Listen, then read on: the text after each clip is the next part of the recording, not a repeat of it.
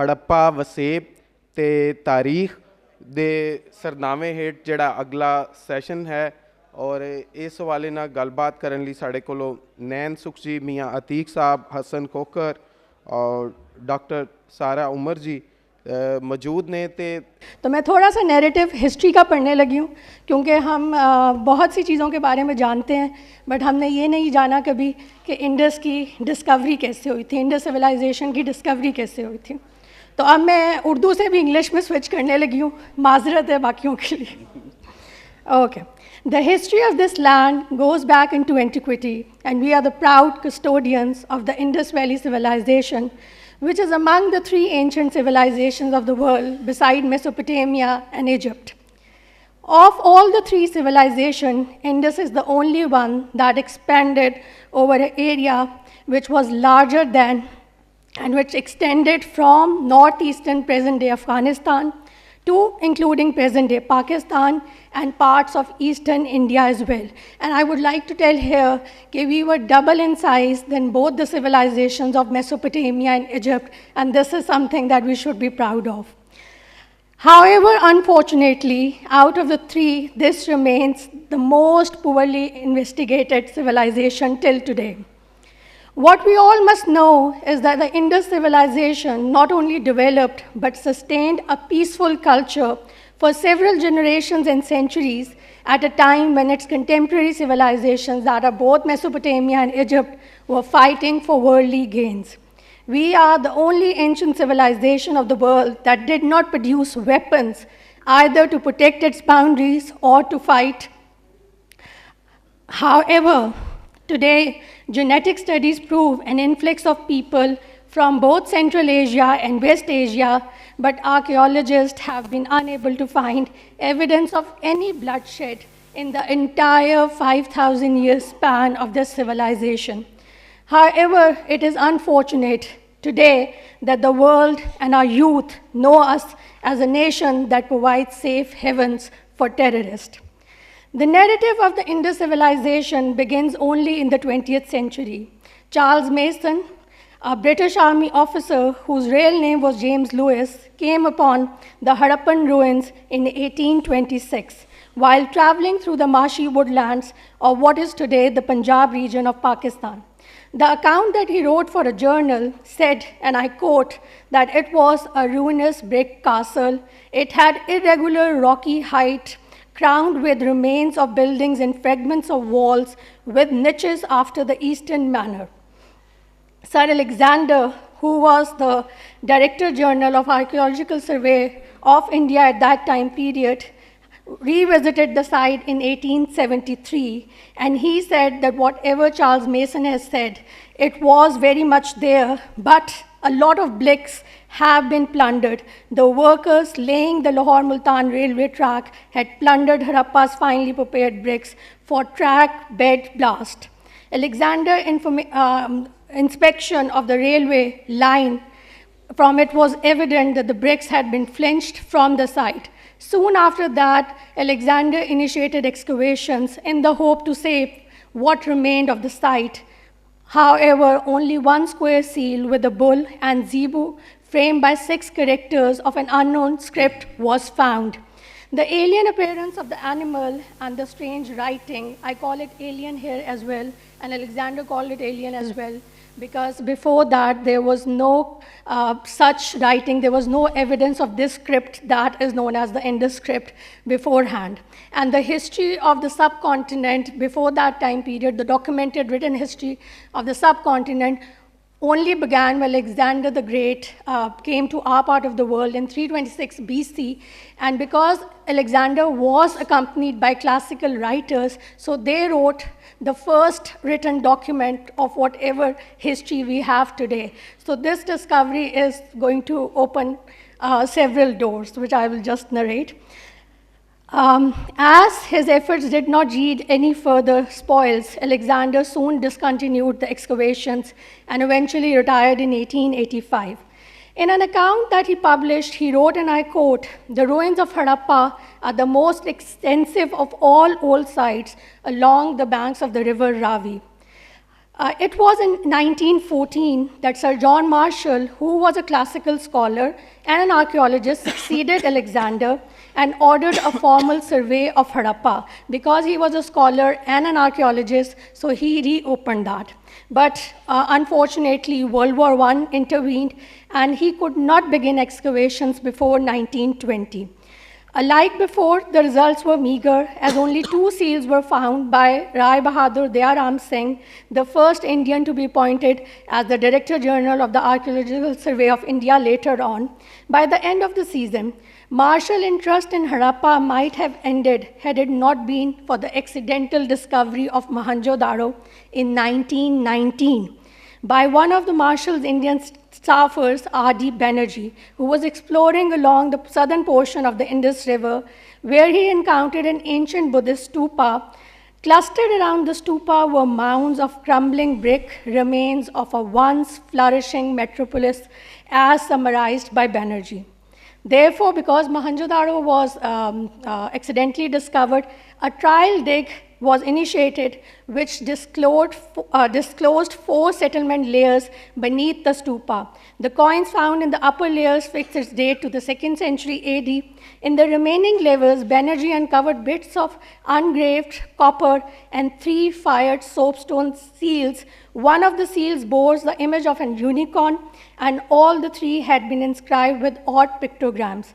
These seals were quickly compared by Marshall with the seals found from Harappa during Alexander's time period, and he wrote that the finds from the 2 sites belong to the same stage of culture and approximately to the same age, and that they are totally distinct from anything previously known to us in India.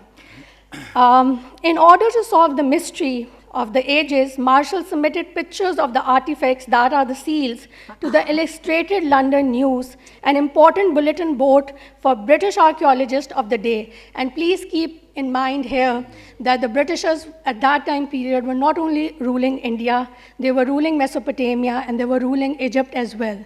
And Egypt and Mesopotamia had already been discovered. Marshall believed that it was an important discovery, as in an accompanying report he wrote, and I quote, "Most often has it been given to archaeologists to light upon the remains of a long-forgotten civilization. It looks, however, at this moment as if we are on the threshold of such a discovery in the plains of the Indus. Up to the present, our knowledge of Indian antiquities has carried us back hardly than the 3rd century before Christ. That was when Alexander came to our part of the world in 326. Now, however, there has unexpectedly been unearthed an entirely new class of objects which have nothing in common with those that were previously known to us."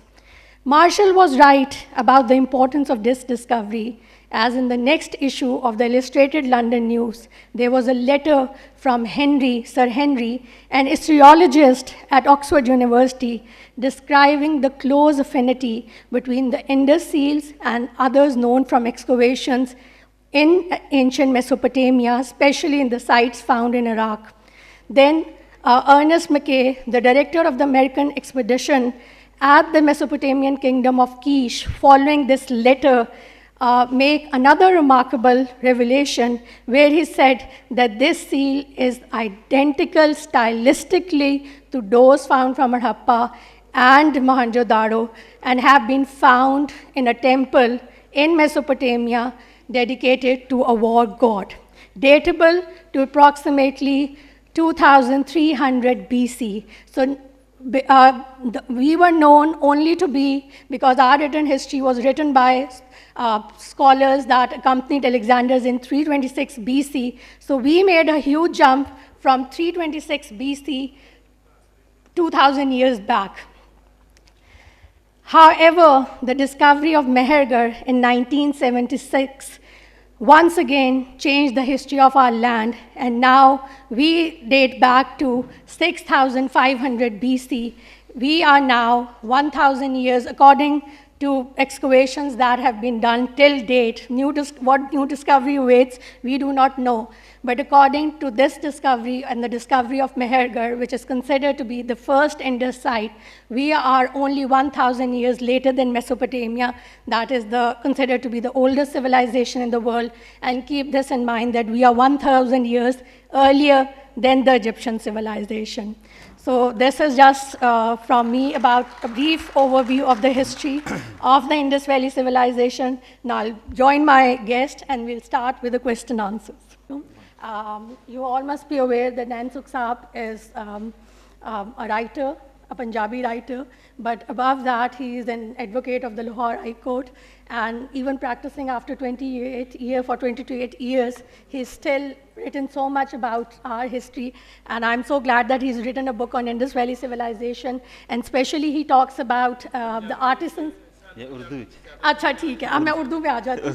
तो specially इन्होंने जो अपनी book लिखी है धरती क्या कहते हैं पंच दरिया की, मैं चाहूँगी कि वो इस पहलू पे रोशनी डालें जिसमें उन्होंने आर्टिसंस का जिक्र किया है कि जो हड़प्पा और इंडस वैली सिविलाइजेशन के आर्टिसंस हैं उनका क्या रोल था, और फिर रोल तो उनका बताएं हमें, बट ये भी बताएं कि उन्होंने इकोनॉमी में क्या कंट्रीब्यूट किया था उस सिविलाइजेशन की.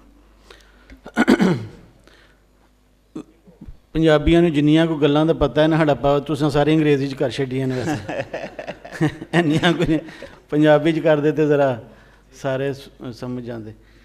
ਵੇਖੋ ਅਸੀਂ ਪੰਜਾਬੀ ਨਾ ਬੜੇ ਜਜ਼ਬਾਤੀ ਜਿਹੇ ਲੋਕ ਹਾਂ, ਜਾਂ ਤਾਂ ਫੁੰਡ ਜਾਂਦੇ ਹਾਂ ਬਹੁਤ ਜ਼ਿਆਦਾ, ਨਾਅਰੇ ਮਾਰਨੇ ਹਾਂ, ਹਾਂਗਰੇ ਮਾਰਨੇ ਹਾਂ, ਅਤੇ ਜਾਂ ਫਿਰ ਰੋਣ ਪਿੱਟਣ ਲੱਗ ਪੈਂਦੇ ਹਾਂ ਕਿ ਅਸੀਂ ਬੜਾ ਕੁਝ ਸਾਡਾ ਇਹ ਵੀ ਸੀ, ਸਾਡਾ ਉਹ ਵੀ ਸੀ, ਅਤੇ ਫਿਰ ਇੱਕਦਮ ਕਹਿੰਦੇ ਹਾਂ ਕਿ ਸਾਡੇ ਨਾਲ ਇਹ ਹੋਇਆ ਰਸੂਲ, ਤਾਂ ਗੱਲ ਮੁੱਕ ਜਾਂਦੀ ਸਾਰੀ, ਗੱਲ ਹੀ ਮੁੱਕ ਜਾਂਦੀ. ਅਤੇ ਜਿਹੜਾ ਖੋਜ ਦਾ ਕੰਮ ਹੈ ਨਾ ਉਹ ਅਸੀਂ ਕਦੀ ਨਹੀਂ ਕੀਤਾ. ਵੇਖੋ ਕਾਫੀ ਤੁਹਾਨੂੰ ਕਿਤਾਬਾਂ ਮਿਲ ਜਾਂਦੀਆਂ ਨੇ ਗੰਦਾਰਾ ਅਤੇ ਹੜੱਪਾ 'ਤੇ, ਪਰ ਉਹ ਇੰਡੀਆ ਦੇ ਵਿੱਚ ਗਵਾਚਿਆ ਪੰਜਾਬ ਨਾ. ਅਗਰ ਉਹਨਾਂ ਤੁਸੀਂ ਕਿਤਾਬਾਂ ਨੂੰ ਪੜ੍ਹੋ ਗੰਦਾਰਾ ਬਾਰੇ ਵੀ ਔਰ ਹੜੱਪਾ ਬਾਰੇ ਵੀ, ਅਤੇ ਉਹ ਜਿਹੜਾ ਇੰਡੀਆ ਹੈ ਉਹਦੇ ਅੰਦਰ ਕਿਧਰੇ ਗਵਾਚਿਆ, ਤੁਹਾਨੂੰ ਉਹ ਲੱਭਣਾ ਪੈਂਦਾ ਹੈ ਕਿ ਕਿੱਥੇ ਕਿੱਥੇ ਵਿੱਚ ਹੈ ਪੰਜਾਬ. ਅਤੇ ਮੇਰਾ ਜਿਹੜਾ ਤੁਸੀਂ ਕਿਹਾ ਕਿ ਧਰਤੀ ਪੰਜ ਦਰਿਆ, ਉਹ ਕਿਤਾਬ ਸਿਰਫ ਇਹਦੇ ਬਾਰੇ 'ਚ ਨਹੀਂ, ਹੜੱਪਾ ਦੇ ਬਾਰੇ ਉਹਦਾ ਕੁਝ ਹਿੱਸਾ ਹੈ. ਔਰ ਇੰਝ ਹੋਇਆ ਕਿ ਮੈਂ ਕੋਈ 16-17 ਸਾਲ ਦੀ ਉਮਰ ਵਿੱਚ ਨਾ MKP ਦੇ ਕੁਝ ਲੋਕਾਂ ਨੂੰ ਮਿਲਿਆ ਜਿਹੜੇ ਹੜੱਪਾ ਦੀ ਬੜੀ ਗੱਲ ਕਰਦੇ ਸੀ. ਔਰ ਮੇਰਾ ਖਿਆਲ ਹੈ ਕਿ MKP ਦੇ ਲੋਕ ਹੀ ਸੀ ਜਿਨ੍ਹਾਂ ਨੂੰ ਸਿਆਸੀ ਸੂਝ ਬੁੱਝ ਸੀ ਕਿ ਧਰਤੀ ਦੀ ਗੱਲ ਕਰਨੀ ਚਾਹੀਦੀ ਹੈ, ਧਰਤੀ ਦੇ ਲੋਕਾਂ ਦੀ ਗੱਲ ਕਰਨੀ ਚਾਹੀਦੀ ਹੈ. ਔਰ ਮੇਜਰ ਇਸਾਕ ਸਾਹਿਬ ਦਾ ਉਹਦੇ 'ਚ ਇੱਕ ਬਹੁਤ ਵੱਡਾ ਰੋਲ ਸੀ, ਔਰ ਉਹਨਾਂ ਨਾਲ ਉਹ ਸਾਰੇ ਲੋਕ ਜੁੜੇ ਜਿਹੜੇ ਚੂੜੇ, ਚਮਾਰ, ਚੰਗੜ, ਗਗੜੇ, ਸਾਂਸੀ, ਡੂਮ, ਜਿਨ੍ਹਾਂ ਨੂੰ ਅਸੀਂ ਨਫ਼ਰਤ ਨਾਲ ਵੇਖਦੇ ਹਾਂ, ਔਰ ਛੋਟੇ ਕਿਸਾਨ ਉਹਨਾਂ ਦੇ ਨਾਲ ਜੁੜੇ, ਅਤੇ ਉਹ ਕੰਮ ਕਰ ਰਹੇ ਸੀ. ਅਤੇ ਉਹ ਹੜੱਪਾ ਦੀ ਬੜੀ ਗੱਲ ਕਰਦੇ ਸੀ, ਦਰਾਵੜਾਂ ਦੀ ਬੜੀ ਗੱਲ ਕਰਦੇ ਸੀ, ਔਰ ਆਮ ਸਾਡੀਆਂ ਕਿਤਾਬਾਂ 'ਚ ਜੋ ਅਸੀਂ ਪੜ੍ਹਨੇ ਹਾਂ ਉਹਦੇ ਤੋਂ ਵੱਖਰੀ ਗੱਲ ਕਰਦੇ ਸੀ. ਅਤੇ ਉਹਨਾਂ ਕੋਲੋਂ ਜੋ ਮੈਂ ਗੱਲਾਂ ਸੁਣੀਆਂ, ਹੁਣ ਉਹ ਵੇਖੋ ਜਿਸ ਤਰ੍ਹਾਂ ਇੱਥੇ ਪਹਿਲਾਂ ਇੱਕ ਤਾਰੀਖ ਦੀ ਕਿਤਾਬ ਦੀ ਗੱਲ ਹੋ ਰਹੀ, ਅਤੇ ਹੁਣ ਤੁਹਾਨੂੰ ਬਹੁਤ ਸਾਰੇ ਸੋਰਸਿਸ ਮਿਲ ਜਾਂਦੇ ਨੇ ਲਾਇਬ੍ਰੇਰੀਆਂ ਦੇ ਵਿੱਚ. ਹੁਣ ਪੰਜਾਬ ਦੇ ਸੋਰਸਿਸ ਕਿੱਥੋਂ ਲੱਭਣ, ਖਾਸ ਤੌਰ 'ਤੇ ਉਸ ਓਰਲ ਹਿਸਟਰੀ ਦੇ ਕਿ ਜਿਹੜੀ ਵਿਚਾਰਿਆਂ ਨਿਮਾਣਿਆਂ ਦੀਆਂ ਗੱਲਾਂ ਨੇ. ਵੇਖੋ ਦੁੱਲਾ ਭੱਟੀ ਤਾਂ ਸ਼ਾਇਦ ਸਾਨੂੰ ਇਸ ਵਾਸਤੇ ਯਾਦ ਹੈ ਕਿ ਜ਼ਿਮੀਂਦਾਰਾਂ ਦਾ ਪੁੱਤਰ ਹੈ, ਭਗਤ ਸਿੰਘ ਵੀ ਇਸ ਵਾਸਤੇ ਕਿ ਉਹ ਜ਼ਿਮੀਂਦਾਰਾਂ ਦਾ ਪੁੱਤਰ ਹੈ, ਅਹਿਮਦ ਖਾਂ ਖਰਲ ਵੀ ਇਸ ਵਾਸਤੇ ਕਿ ਜ਼ਿਮੀਂਦਾਰਾਂ ਦਾ ਪੁੱਤਰ ਹੈ. ਅਤੇ ਜਿਹੜੇ ਪ੍ਰੇਮਾ ਸਾਸੀ, ਚਿਰਾਗ ਮਾਛੀ, ਨਿਜ਼ਾਮ ਲੁਹਾਰ, ਇਹ ਜਿਹੜੇ ਲੋਕ ਸਨ, ਇਹਨਾਂ ਦਾ ਤਾਂ ਕਦੀ ਫੰਕਸ਼ਨ ਨਹੀਂ ਹੋਇਆ ਕਿਧਰੇ. ਨਿਜ਼ਾਮ ਲੁਹਾਰ ਦਾ ਅਸੀਂ ਨਹੀਂ ਵੇਖਿਆ, ਜਬਰੂ ਨਾਈ ਦਾ ਅਸੀਂ ਨਹੀਂ ਕਿਧਰੇ ਵੇਖਿਆ. ਇਹਨਾਂ ਲੋਕਾਂ ਨਾਲ ਹੀ ਜੁੜੇ ਕੁਝ ਲੋਕ ਸਨ ਜਿਨ੍ਹਾਂ ਨੇ 1800 ਕੁਝ ਦੇ ਵਿੱਚ ਨਹੀਂ 1945 ਦੇ ਵਿੱਚ ਸੋਚਿਆ ਕਿ ਸਾਨੂੰ ਇਸ ਬਾਰੇ ਸੋਚਣਾ ਚਾਹੀਦਾ. ਔਰ ਉਹਨਾਂ ਵਿੱਚੋਂ ਕੁਝ ਲੋਕਾਂ ਦੇ ਵਿੱਚ ਖਾਸ ਤੌਰ 'ਤੇ ਜਿਹੜੇ ਮੁਸੱਲੀ ਜਿਨ੍ਹਾਂ ਨੂੰ ਅਸੀਂ ਕਹਿੰਦੇ ਹਾਂ ਜਾਂ ਚੂੜੇ ਵੀ ਕਹਿੰਦੇ ਹਾਂ, ਉਹਨਾਂ ਦੇ ਲੋਕਾਂ ਨੂੰ ਖਾਸ ਤੌਰ 'ਤੇ ਇਹ ਖਿਆਲ ਸੀ, ਔਰ ਉਹਨਾਂ ਕੋਲ ਇਸ ਗੱਲ ਦੀ ਬਹੁਤ ਸਾਰੀ ਆਪਣੇ ਬਜ਼ੁਰਗਾਂ ਕੋਲ ਸੁਣੀਆਂ ਗੱਲਾਂ ਸਨ ਜਿਨ੍ਹਾਂ ਨੂੰ ਜੋੜ ਕੇ ਉਹ ਇਹ ਗੱਲ ਕਰਦੇ ਸਨ. ਉਹ ਜਿਹੜੇ ਰੇਤਾਂ ਦੇ ਟਿੱਬੇ ਸਨ ਬੜੇ ਬੜੇ ਵੱਡੇ ਬਾਰ ਦੇ ਵਿੱਚ, ਇਹਨਾਂ ਨੂੰ ਕਹਿੰਦੇ ਸਨ ਇਹ ਸਾਡੇ ਕਬਰਸਤਾਨ ਨੇ, ਸਾਡੇ ਇੰਨਿਆਂ ਲੋਕਾਂ ਨੂੰ ਮਾਰਿਆ ਗਿਆ ਕਿਸੇ ਜ਼ਮਾਨੇ ਦੇ ਵਿੱਚ. ਲੇਕਿਨ ਇਹ ਸਾਰੀਆਂ ਗੱਲਾਂ ਜਿਹੜੀਆਂ ਨੇ ਮੈਂ ਹੁਣ ਤੁਸੀਂ ਇੱਕਦਮ ਕਹੋ ਤੇ ਅੰਗਰੇਜ਼ੀ ਦੀ ਕਿਸੇ ਕਿਤਾਬ ਵਿੱਚ ਨਹੀਂ ਲਿਖੀਆਂ ਗੱਲਾਂ, ਲਿਖੀਆਂ ਹੋਈਆਂ ਵੀ ਨਹੀਂ ਸਨ ਸਕਦੀਆਂ। ਤੇ ਉਹਨਾਂ ਲੋਕਾਂ ਨੇ ਫਸਟ ਟਾਈਮ 1945 ਦੇ ਵਿੱਚ ਵਿਹਾੜੀ ਦੇ ਕੋਲ ਇੱਕ ਜਮਾਤ ਬਣਾਈ ਛੋਟੀ ਜਿਹੀ, ਉਹਦਾ ਨਾਂ ਰੱਖਿਆ ਅੰਜੁਮਨ ਦੀਨਦਾਰ। ਉਸ ਵਕਤ ਅਖਬਾਰ ਨਿਕਲਿਆ ਸੀ ਜ਼ਮੀਨਦਾਰ, ਤੇ ਉਹਨਾਂ ਨੇ ਉਹਦੇ ਮੁਕਾਬਲੇ 'ਤੇ ਜਿਸ ਤਰ੍ਹਾਂ ਸਮਝ ਲਓ ਕਿ ਇੱਕ ਦੀਨਦਾਰ ਲਫ਼ਜ਼ ਯੂਜ਼ ਕੀਤਾ। ਦੀਨਦਾਰ ਤੋਂ ਮਤਲਬ ਇਹ ਨਹੀਂ ਸੀ ਕਿ ਜੇ ਮਜ਼ਹਬੀ ਤੁਸੀਂ ਕੋਈ ਸਮਝੋ, ਇਸ ਤਰ੍ਹਾਂ ਨਹੀਂ ਸੀ। ਦੀਨ ਤੋਂ ਉਹਨਾਂ ਨੇ ਇਹ ਮਤਲਬ ਲਿਆ ਕਿ ਧਰਤੀ ਨਾਲ ਜੁੜੇ ਲੋਕ। ਇੱਕ ਪਾਸੇ ਜ਼ਮੀਨਾਂ ਦੇ ਉੱਤੇ ਕਾਬਜ਼ ਜਿਹੜੇ ਨਜਾਇਜ਼ ਕਾਬਜ਼ ਨੇ, ਇੱਕ ਉਹ ਜਿਹੜੇ ਅਸਲ ਵਾਰਸ ਨੇ, ਉਹਨਾਂ ਦੀ ਗੱਲ ਉਹਨਾਂ ਨੇ ਸ਼ੁਰੂ ਕੀਤੀ। ਤੇ ਉਹਦੇ ਵਿੱਚ ਉਹਨਾਂ ਨੇ ਕੁਝ ਐਸੀਆਂ ਗੱਲਾਂ ਕੀਤੀਆਂ, ਹੁਣ ਮੈਨੂੰ ਨਹੀਂ ਪਤਾ ਕਿਉਂਕਿ ਮੈਂ ਦਿੱਲੀ ਦੇ ਵਿੱਚ ਵੀ ਇੱਕ ਇੰਸਟੀਚਿਊਟ ਦੇ ਵਿੱਚ ਵੀ ਇਹ ਮੇਰਾ ਪ੍ਰੋਗਰਾਮ ਆਨਲਾਈਨ ਹੋਇਆ ਸੀ ਇਸ ਕਿਤਾਬ ਦੇ ਉੱਤੇ, ਤੇ ਬੜੇ ਬੜੇ ਵੱਡੇ ਹਿਸਟੋਰੀਅਨ ਸਨ, ਉਹਨਾਂ ਅੱਗੇ ਵੀ ਇਹ ਸਵਾਲ ਰੱਖਿਆ ਸੀ। ਤੇ ਉਹਨਾਂ ਨੇ ਕਿਹਾ ਸਾਡੇ ਵਾਸਤੇ ਨਵੀਂ ਗੱਲ ਹੈ, ਇਹਦੇ ਉੱਤੇ ਅਸੀਂ ਸੋਚਾਂਗੇ ਜਾਂ ਇਹਦੇ ਉੱਤੇ ਅਸੀਂ ਲਿਖਾਂਗੇ, ਹਾਲਾਂ ਤੱਕ ਨਹੀਂ ਕਿਸੇ ਨੇ ਲਿਖਿਆ। ਉਹਨਾਂ ਨੇ ਕਿਹਾ ਕਿ ਜਿਹੜਾ ਹੜੱਪਾ ਹੈ, ਇਸੇ ਹੀ ਥਾਂ ਦੇ ਉੱਤੇ ਜਿਹੜੀ ਉਹ ਲੜਾਈ ਹੋਈ ਇੰਦਰਾ ਦੀ, ਜਿਹੜਾ ਬਾਅਦ ਵਿੱਚ ਉਹਨਾਂ ਦਾ ਦੇਵਤਾ ਬਣਿਆ, ਔਰ ਵਰਿਤਰਾ ਦੀ ਜਿਹੜੀ ਲੜਾਈ ਹੋਈ, ਜਿਹੜੀ ਰਿਗਵੇਦ 'ਚ ਲਿਖੀ ਵੀ ਹੈ, ਉਹਦਾ ਖੈਰ ਸਬੂਤ ਹੈ ਕਿ ਇੱਕ ਲੜਾਈ ਹੋਈ ਸੀ ਜਿਹਦੇ ਵਿੱਚ ਇੱਕ ਪਾਸੇ ਇੰਦਰਾ ਔਰ ਅਗਨੀ ਔਰ ਸੂਰਿਆ ਸੀ, ਔਰ ਇੱਕ ਪਾਸੇ ਇੱਕ ਬੰਦਾ ਇੱਥੋਂ ਦਾ ਲੋਕਲ ਸੀ, ਉਹਦਾ ਨਾਮ ਵਰਿਤਰਾ ਸੀ। ਔਰ ਵਰਿਤਰਾ ਨੂੰ ਉਹਨਾਂ ਕਿਹਾ ਕਿ ਅਸੀਂ ਇਹਨੂੰ ਬਾਰ-ਬਾਰ ਮਾਰਨੇ ਔਰ ਬਾਰ-ਬਾਰ ਇਹ ਜੀ ਪੈਂਦਾ। ਔਰ ਉਹਨੂੰ ਉਹਨਾਂ ਨੇ ਸੱਪ ਵਿਖਾਇਆ ਉਹਦੇ ਵਿੱਚ ਨਾ, ਕਿ ਬਾਰ-ਬਾਰ ਉਹਨੂੰ ਮਾਰਦੇ ਨੇ ਔਰ ਬਾਰ-ਬਾਰ ਉਹ ਜੀ ਪੈਂਦਾ। ਮੁਸੱਲੀਆਂ ਨੇ ਇਹ ਕਿਹਾ ਕਿ ਅਸੀਂ ਉਸ ਵਰਿਤਰਾ ਦੇ ਹੀ ਵਾਰਸ ਹਾਂ।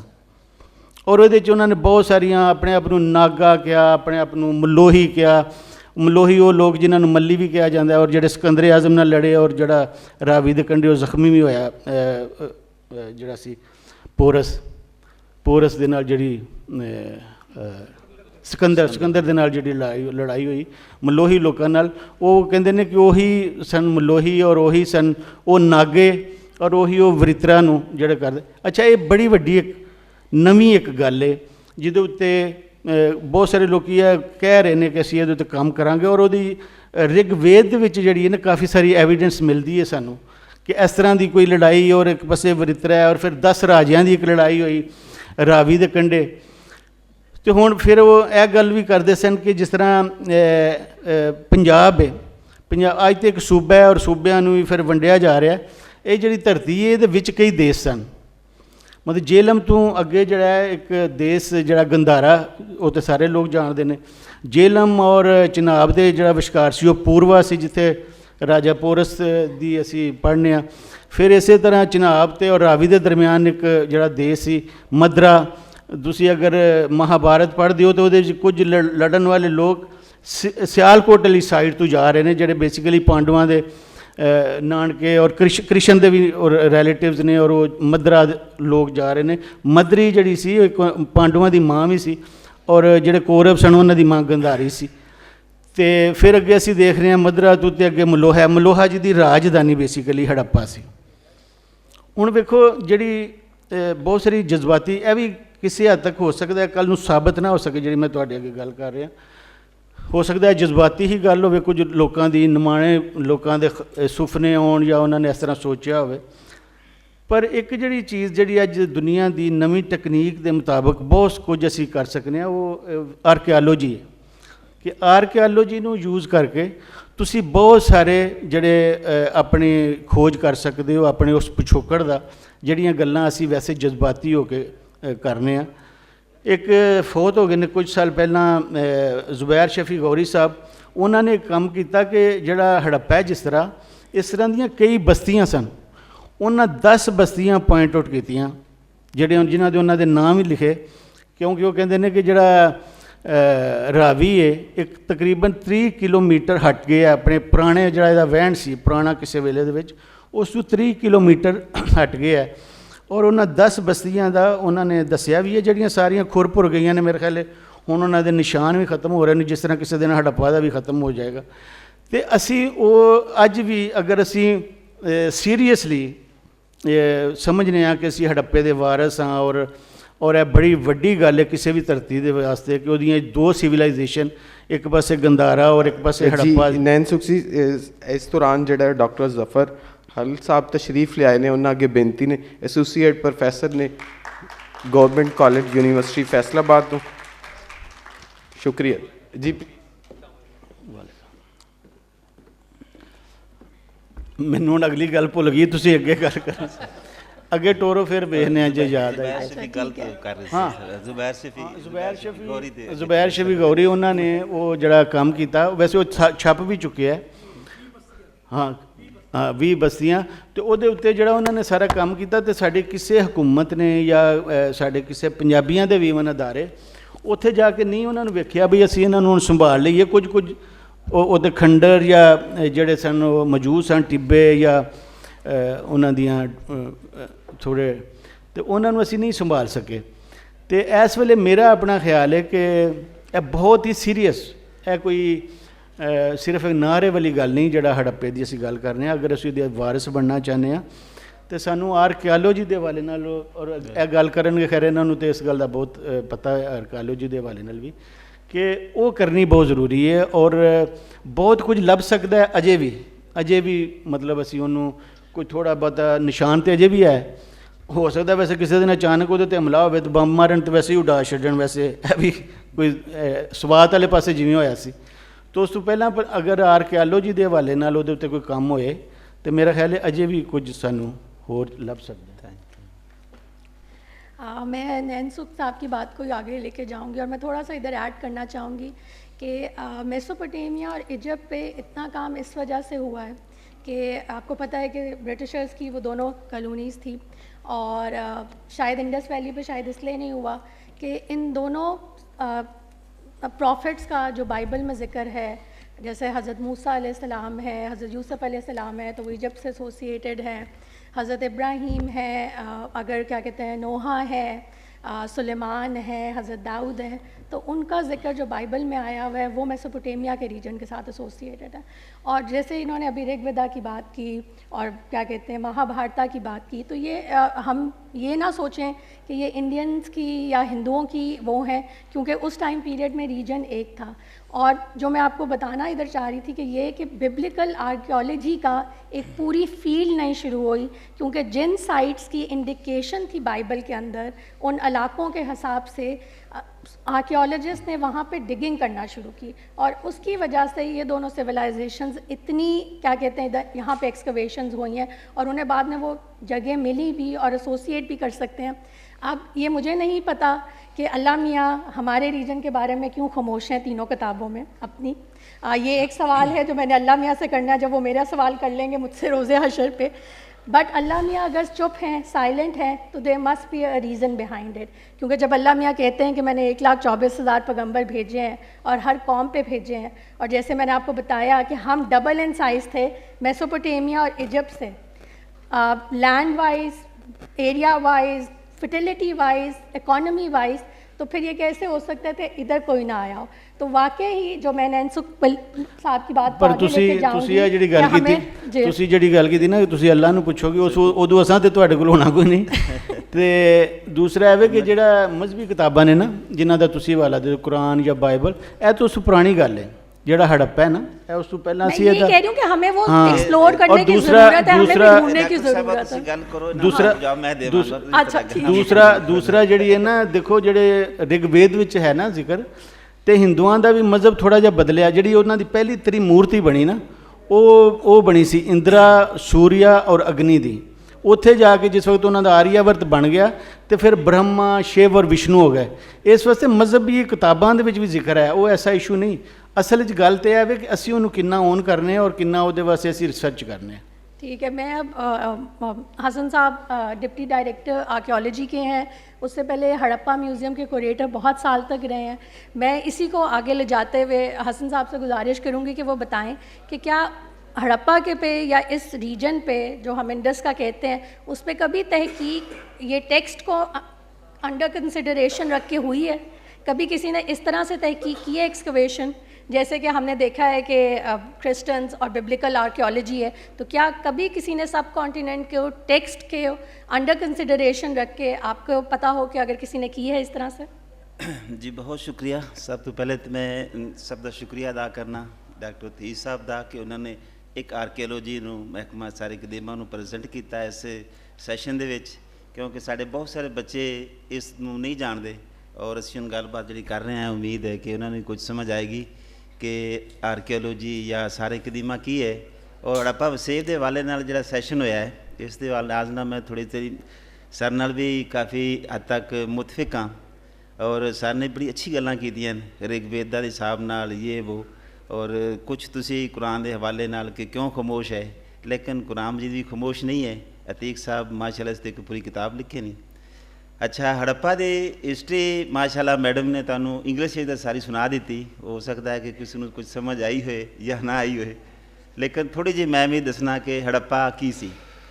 ਇੱਕ ਤਾਂ ਮੈਡਮ ਨੇ ਜ਼ਿਕਰ ਕੀਤਾ ਕਿ ਐਕਸੀਡੈਂਟਲ ਡਿਸਕਵਰੀ ਮੌਂਜੂਦੜੂ ਨਹੀਂ ਸੀ, ਬਲਕਿ ਹੜੱਪਾ ਐਕਸੀਡੈਂਟਲ ਡਿਸਕਵਰੀ ਸੀ। ਮੌਂਜੂਦੜੂ ਇਸ ਤੋਂ ਬਾਅਦ ਵਿੱਚ ਡਿਸਕਵਰ ਹੋਇਆ ਹੈ। ਠੀਕ ਹੈ, 1826 ਵਿੱਚ ਮੈਸਨ ਨੇ ਇਸੇ ਵਿਜ਼ਿਟ ਕੀਤਾ ਬੁਖਾਰਾ ਦਾ ਸਫ਼ਰ। ਉਹਨੇ ਇੱਕ ਤਹਿਰੀਰ ਕੀਤੀ, ਆਪਣੀ ਕਿਤਾਬ, ਆਪਣੇ ਸਫ਼ਰਨਾਮਾ ਲਿਖਿਆ। ਉਸ ਦੇ ਵਿੱਚ ਉਹਨੇ ਜ਼ਿਕਰ ਕੀਤਾ ਕਿ ਮੈਂ ਮੰਟਗੋਮਰੀ ਜਿਹੜਾ ਕਿ ਮੌਜੂਦਾ ਸਾਹੀਵਾਲ ਹੈ, ਉਸ ਕੋਲ ਗਿਆ। ਉੱਥੇ ਸਾਨੂੰ ਇੱਕ ਬਹੁਤ ਵੱਡਾ ਕਿਲ੍ਹਾ ਮਿਲਿਆ ਹੈ। ਉਸ ਉੱਤੇ ਮੁਖਤਲਿਫ ਠਿਕਰੀਆਂ ਮਿਲਦੀਆਂ, ਇੱਟਾਂ ਮਿਲਦੀਆਂ ਔਰ ਬਹੁਤ ਬੜਾ ਸੁਨਸਾਨ ਇੱਕ ਜਗ੍ਹਾ ਹੈ, ਲੇਕਿਨ ਉਸ ਵਕਤ ਤੱਕ ਉਹ ਇੰਟੈਕਟ ਹੈ ਸੀ, ਮਹਿਫੂਜ਼ ਹੈ ਸੀ, ਉੱਥੇ ਕੋਈ ਕੰਮ ਨਹੀਂ ਹੋਇਆ ਸੀ। ਫਿਰ ਉਸ ਤੋਂ ਬਾਅਦ ਕਨਿੰਗਮ ਆਏ ਅੰਗਰੇਜ਼, ਔਰ ਉਹ ਵੀ ਜੋਗਰਾਫੀਆਦਾਨ ਆਰਕੀਓਲੋਜਿਸਟ ਹੈ ਸੀ। 1854 1853 ਦੇ ਵਿੱਚ ਉਹਨਾਂ ਨੇ ਵਿਜ਼ਿਟ ਕੀਤਾ। ਉਹਨਾਂ ਨੇ ਆਪਣੀ ਸਰਵੇ ਰਿਪੋਰਟਾਂ 'ਚ ਵੀ ਲਿਖਿਆ ਹੜੱਪਾ ਦੇ ਹਵਾਲੇ ਨਾਲ ਇੰਡਸ ਵੈਲੀ ਸਿਵਲਾਈਜੇਸ਼ਨ। ਪਹਿਲੇ ਹੈ ਹੀ ਸੀ ਹੜੱਪਨ ਸਿਵਲਾਈਜੇਸ਼ਨ, ਬਾਅਦ ਵਿੱਚ ਫਿਰ ਇੰਡਸ ਸਿਵਲਾਈਜੇਸ਼ਨ ਦਾ ਨਾਂ ਦਿੱਤਾ ਗਿਆ। ਉਹਨਾਂ ਰਿਪੋਰਟਾਂ ਨੂੰ ਦੇਖਦਿਆਂ ਹੋਇਆਂ ਫਿਰ ਅੰਗਰੇਜ਼ ਹੁਕੂਮਤ ਨੇ, ਕਿਉਂਕਿ ਉਸ ਵਕਤ ਤੇ ਆ ਚੁੱਕੇ ਸੀ, ਕੋਈ ਤਵੱਜੋ ਨਹੀਂ ਦਿੱਤੀ। ਔਰ ਬਦਕਿਸਮਤੀ ਦੇ ਨਾਲ ਉਸ ਵਕਤ ਸਾਊਥ ਏਸ਼ੀਆ ਦੇ ਵਿੱਚ ਕੋਈ ਐਸੀ ਵੱਡੀ ਸਿਵਲਾਈਜੇਸ਼ਨ ਜਿਸ ਨੂੰ ਹੜੱਪਾ ਜਾਂ ਇੰਡਸ ਸਿਵਲਾਈਜੇਸ਼ਨ ਨਹੀਂ ਕਹਿੰਦੇ, ਨਹੀਂ ਐਸੀ, ਪਤਾ ਹੀ ਨਹੀਂ ਸੀ ਕਿਸੇ ਨੂੰ। ਇਜਿਪਟ ਸਿਵਲਾਈਜੇਸ਼ਨ ਜਿਸ ਨੂੰ ਮਿਸਰੀ ਤਹਿਜ਼ੀਬ ਕਹਿੰਦੇ ਆ, ਜਾਂ ਮੈਸੋਪੋਟੇਮੀਆ ਮੈਡਮ ਜ਼ਿਕਰ ਕਰ ਰਹੀ ਸੀ, ਉਹਨਾਂ ਦਾ ਉੱਥੇ ਖੁਦਾਈ ਵੀ ਹੋ ਰਹੀ ਸੀ, ਸਭ ਕੁਝ ਹੋ ਰਿਹਾ ਸੀ। ਲੇਕਿਨ ਸਾਡੇ ਸਾਊਥ ਏਸ਼ੀਆ ਦੇ ਵਿੱਚ ਸਬ ਕੰਟੀਨੈਂਟ ਕੋਈ ਐਡੀ ਵੱਡੀ ਸਿਵਲਾਈਜੇਸ਼ਨ ਨਹੀਂ ਸੀ। ਗੰਦਾਰਾ ਦਾ ਨਾਂ ਹੈ ਸੀ, ਲੇਕਿਨ ਇਹ ਨਹੀਂ ਸੀ। ਲੇਕਿਨ ਜਦੋਂ 1870-72 ਦੇ ਵਿੱਚ ਰੇਲਵੇ ਲਾਈਨ ਟਰੈਕ ਬਣਾਇਆ ਗਿਆ ਮੁਲਤਾਨ ਤੋਂ ਲੈ ਕੇ ਸਾਹੀਵਾਲ ਦੇ ਦੌਰਾਨ, ਅਤੇ ਬਦਬਖਤੀ ਦੇ ਨਾਲ ਜਿਹੜਾ ਉਹ ਕੰਟਰੈਕਟਰ ਸੀ ਉਸ ਵਕਤ, ਉਸ ਨੂੰ ਕੁਛ ਇੱਟਾਂ ਚਾਹੀਦੀਆਂ ਸੀ, ਕੁਛ ਮਟੀਰੀਅਲ ਚਾਹੀਦਾ ਸੀ। ਉਸ ਨੂੰ ਸਭ ਤੋਂ ਅੱਛਾ ਸੋਰਸ ਇਹ ਮਿਲਿਆ ਕਿ ਉਹਨੇ ਇੱਥੇ ਬਾਕਾਇਦਾ ਤੌਰ 'ਤੇ ਇੱਕ ਛੋਟਾ ਜਿਹਾ ਰੇਲਵੇ ਦਾ ਟਰੈਕ ਬਣਾ ਕੇ ਉਹ ਸਾਰੀਆਂ ਇੱਟਾਂ ਔਰ ਜਿਤਨੇ ਵੀ ਸਾਡੇ ਬਰਤਨ ਉੱਥੇ ਆਏ ਸੀ ਪੁਰਾਣੇ, ਉਹ ਕੱਢ ਕੇ ਰੇਲਵੇ ਲਾਈਨ ਦੇ ਥੱਲੇ ਵਿਛਾਉਣੀ ਸ਼ੁਰੂ ਕਰ ਦਿੱਤੀਆਂ। ਅੱਛਾ, ਮੈਨੂੰ ਥੋੜ੍ਹਾ ਚਾਂਸ ਮਿਲਿਆ, ਮੈਂ ਕੋਈ 10-12 ਸਾਲ 15 ਸਾਲ ਮੈਂ ਹੜੱਪਾ ਐਜ਼ ਏ ਕਸਟੋਡੀਅਨ ਰਿਹਾ, ਔਰ ਮੈਨੂੰ ਬੜੀ ਜਸਤਜੂ ਸੀ ਕਿ ਇਹ ਗੱਲ ਠੀਕ ਹੈ ਗਲਤ ਹੈ, ਕਿ ਵਾਕਈ ਇੱਥੋਂ ਇੱਟਾਂ ਨਿਕਲ ਗਈਆਂ, ਲੋਕ ਚੋਰੀ ਕਰਕੇ ਲੈ ਗਏ। ਫਿਰ ਮੈਂ ਰੇਲਵੇ ਟਰੈਕ ਦੇ ਉੱਤੇ ਇੱਕ ਦਿਨ ਸਫ਼ਰ ਕੀਤਾ। ਮੈਂ ਦੇਖਿਆ ਕਿ ਆਇਆ ਉਹ ਮਟੀਰੀਅਲ ਸਾਨੂੰ ਇੱਥੇ ਮਿਲਦਾ ਹੈ, ਔਰ ਉਹ ਗੱਲ ਸੱਚੀ ਸੀ।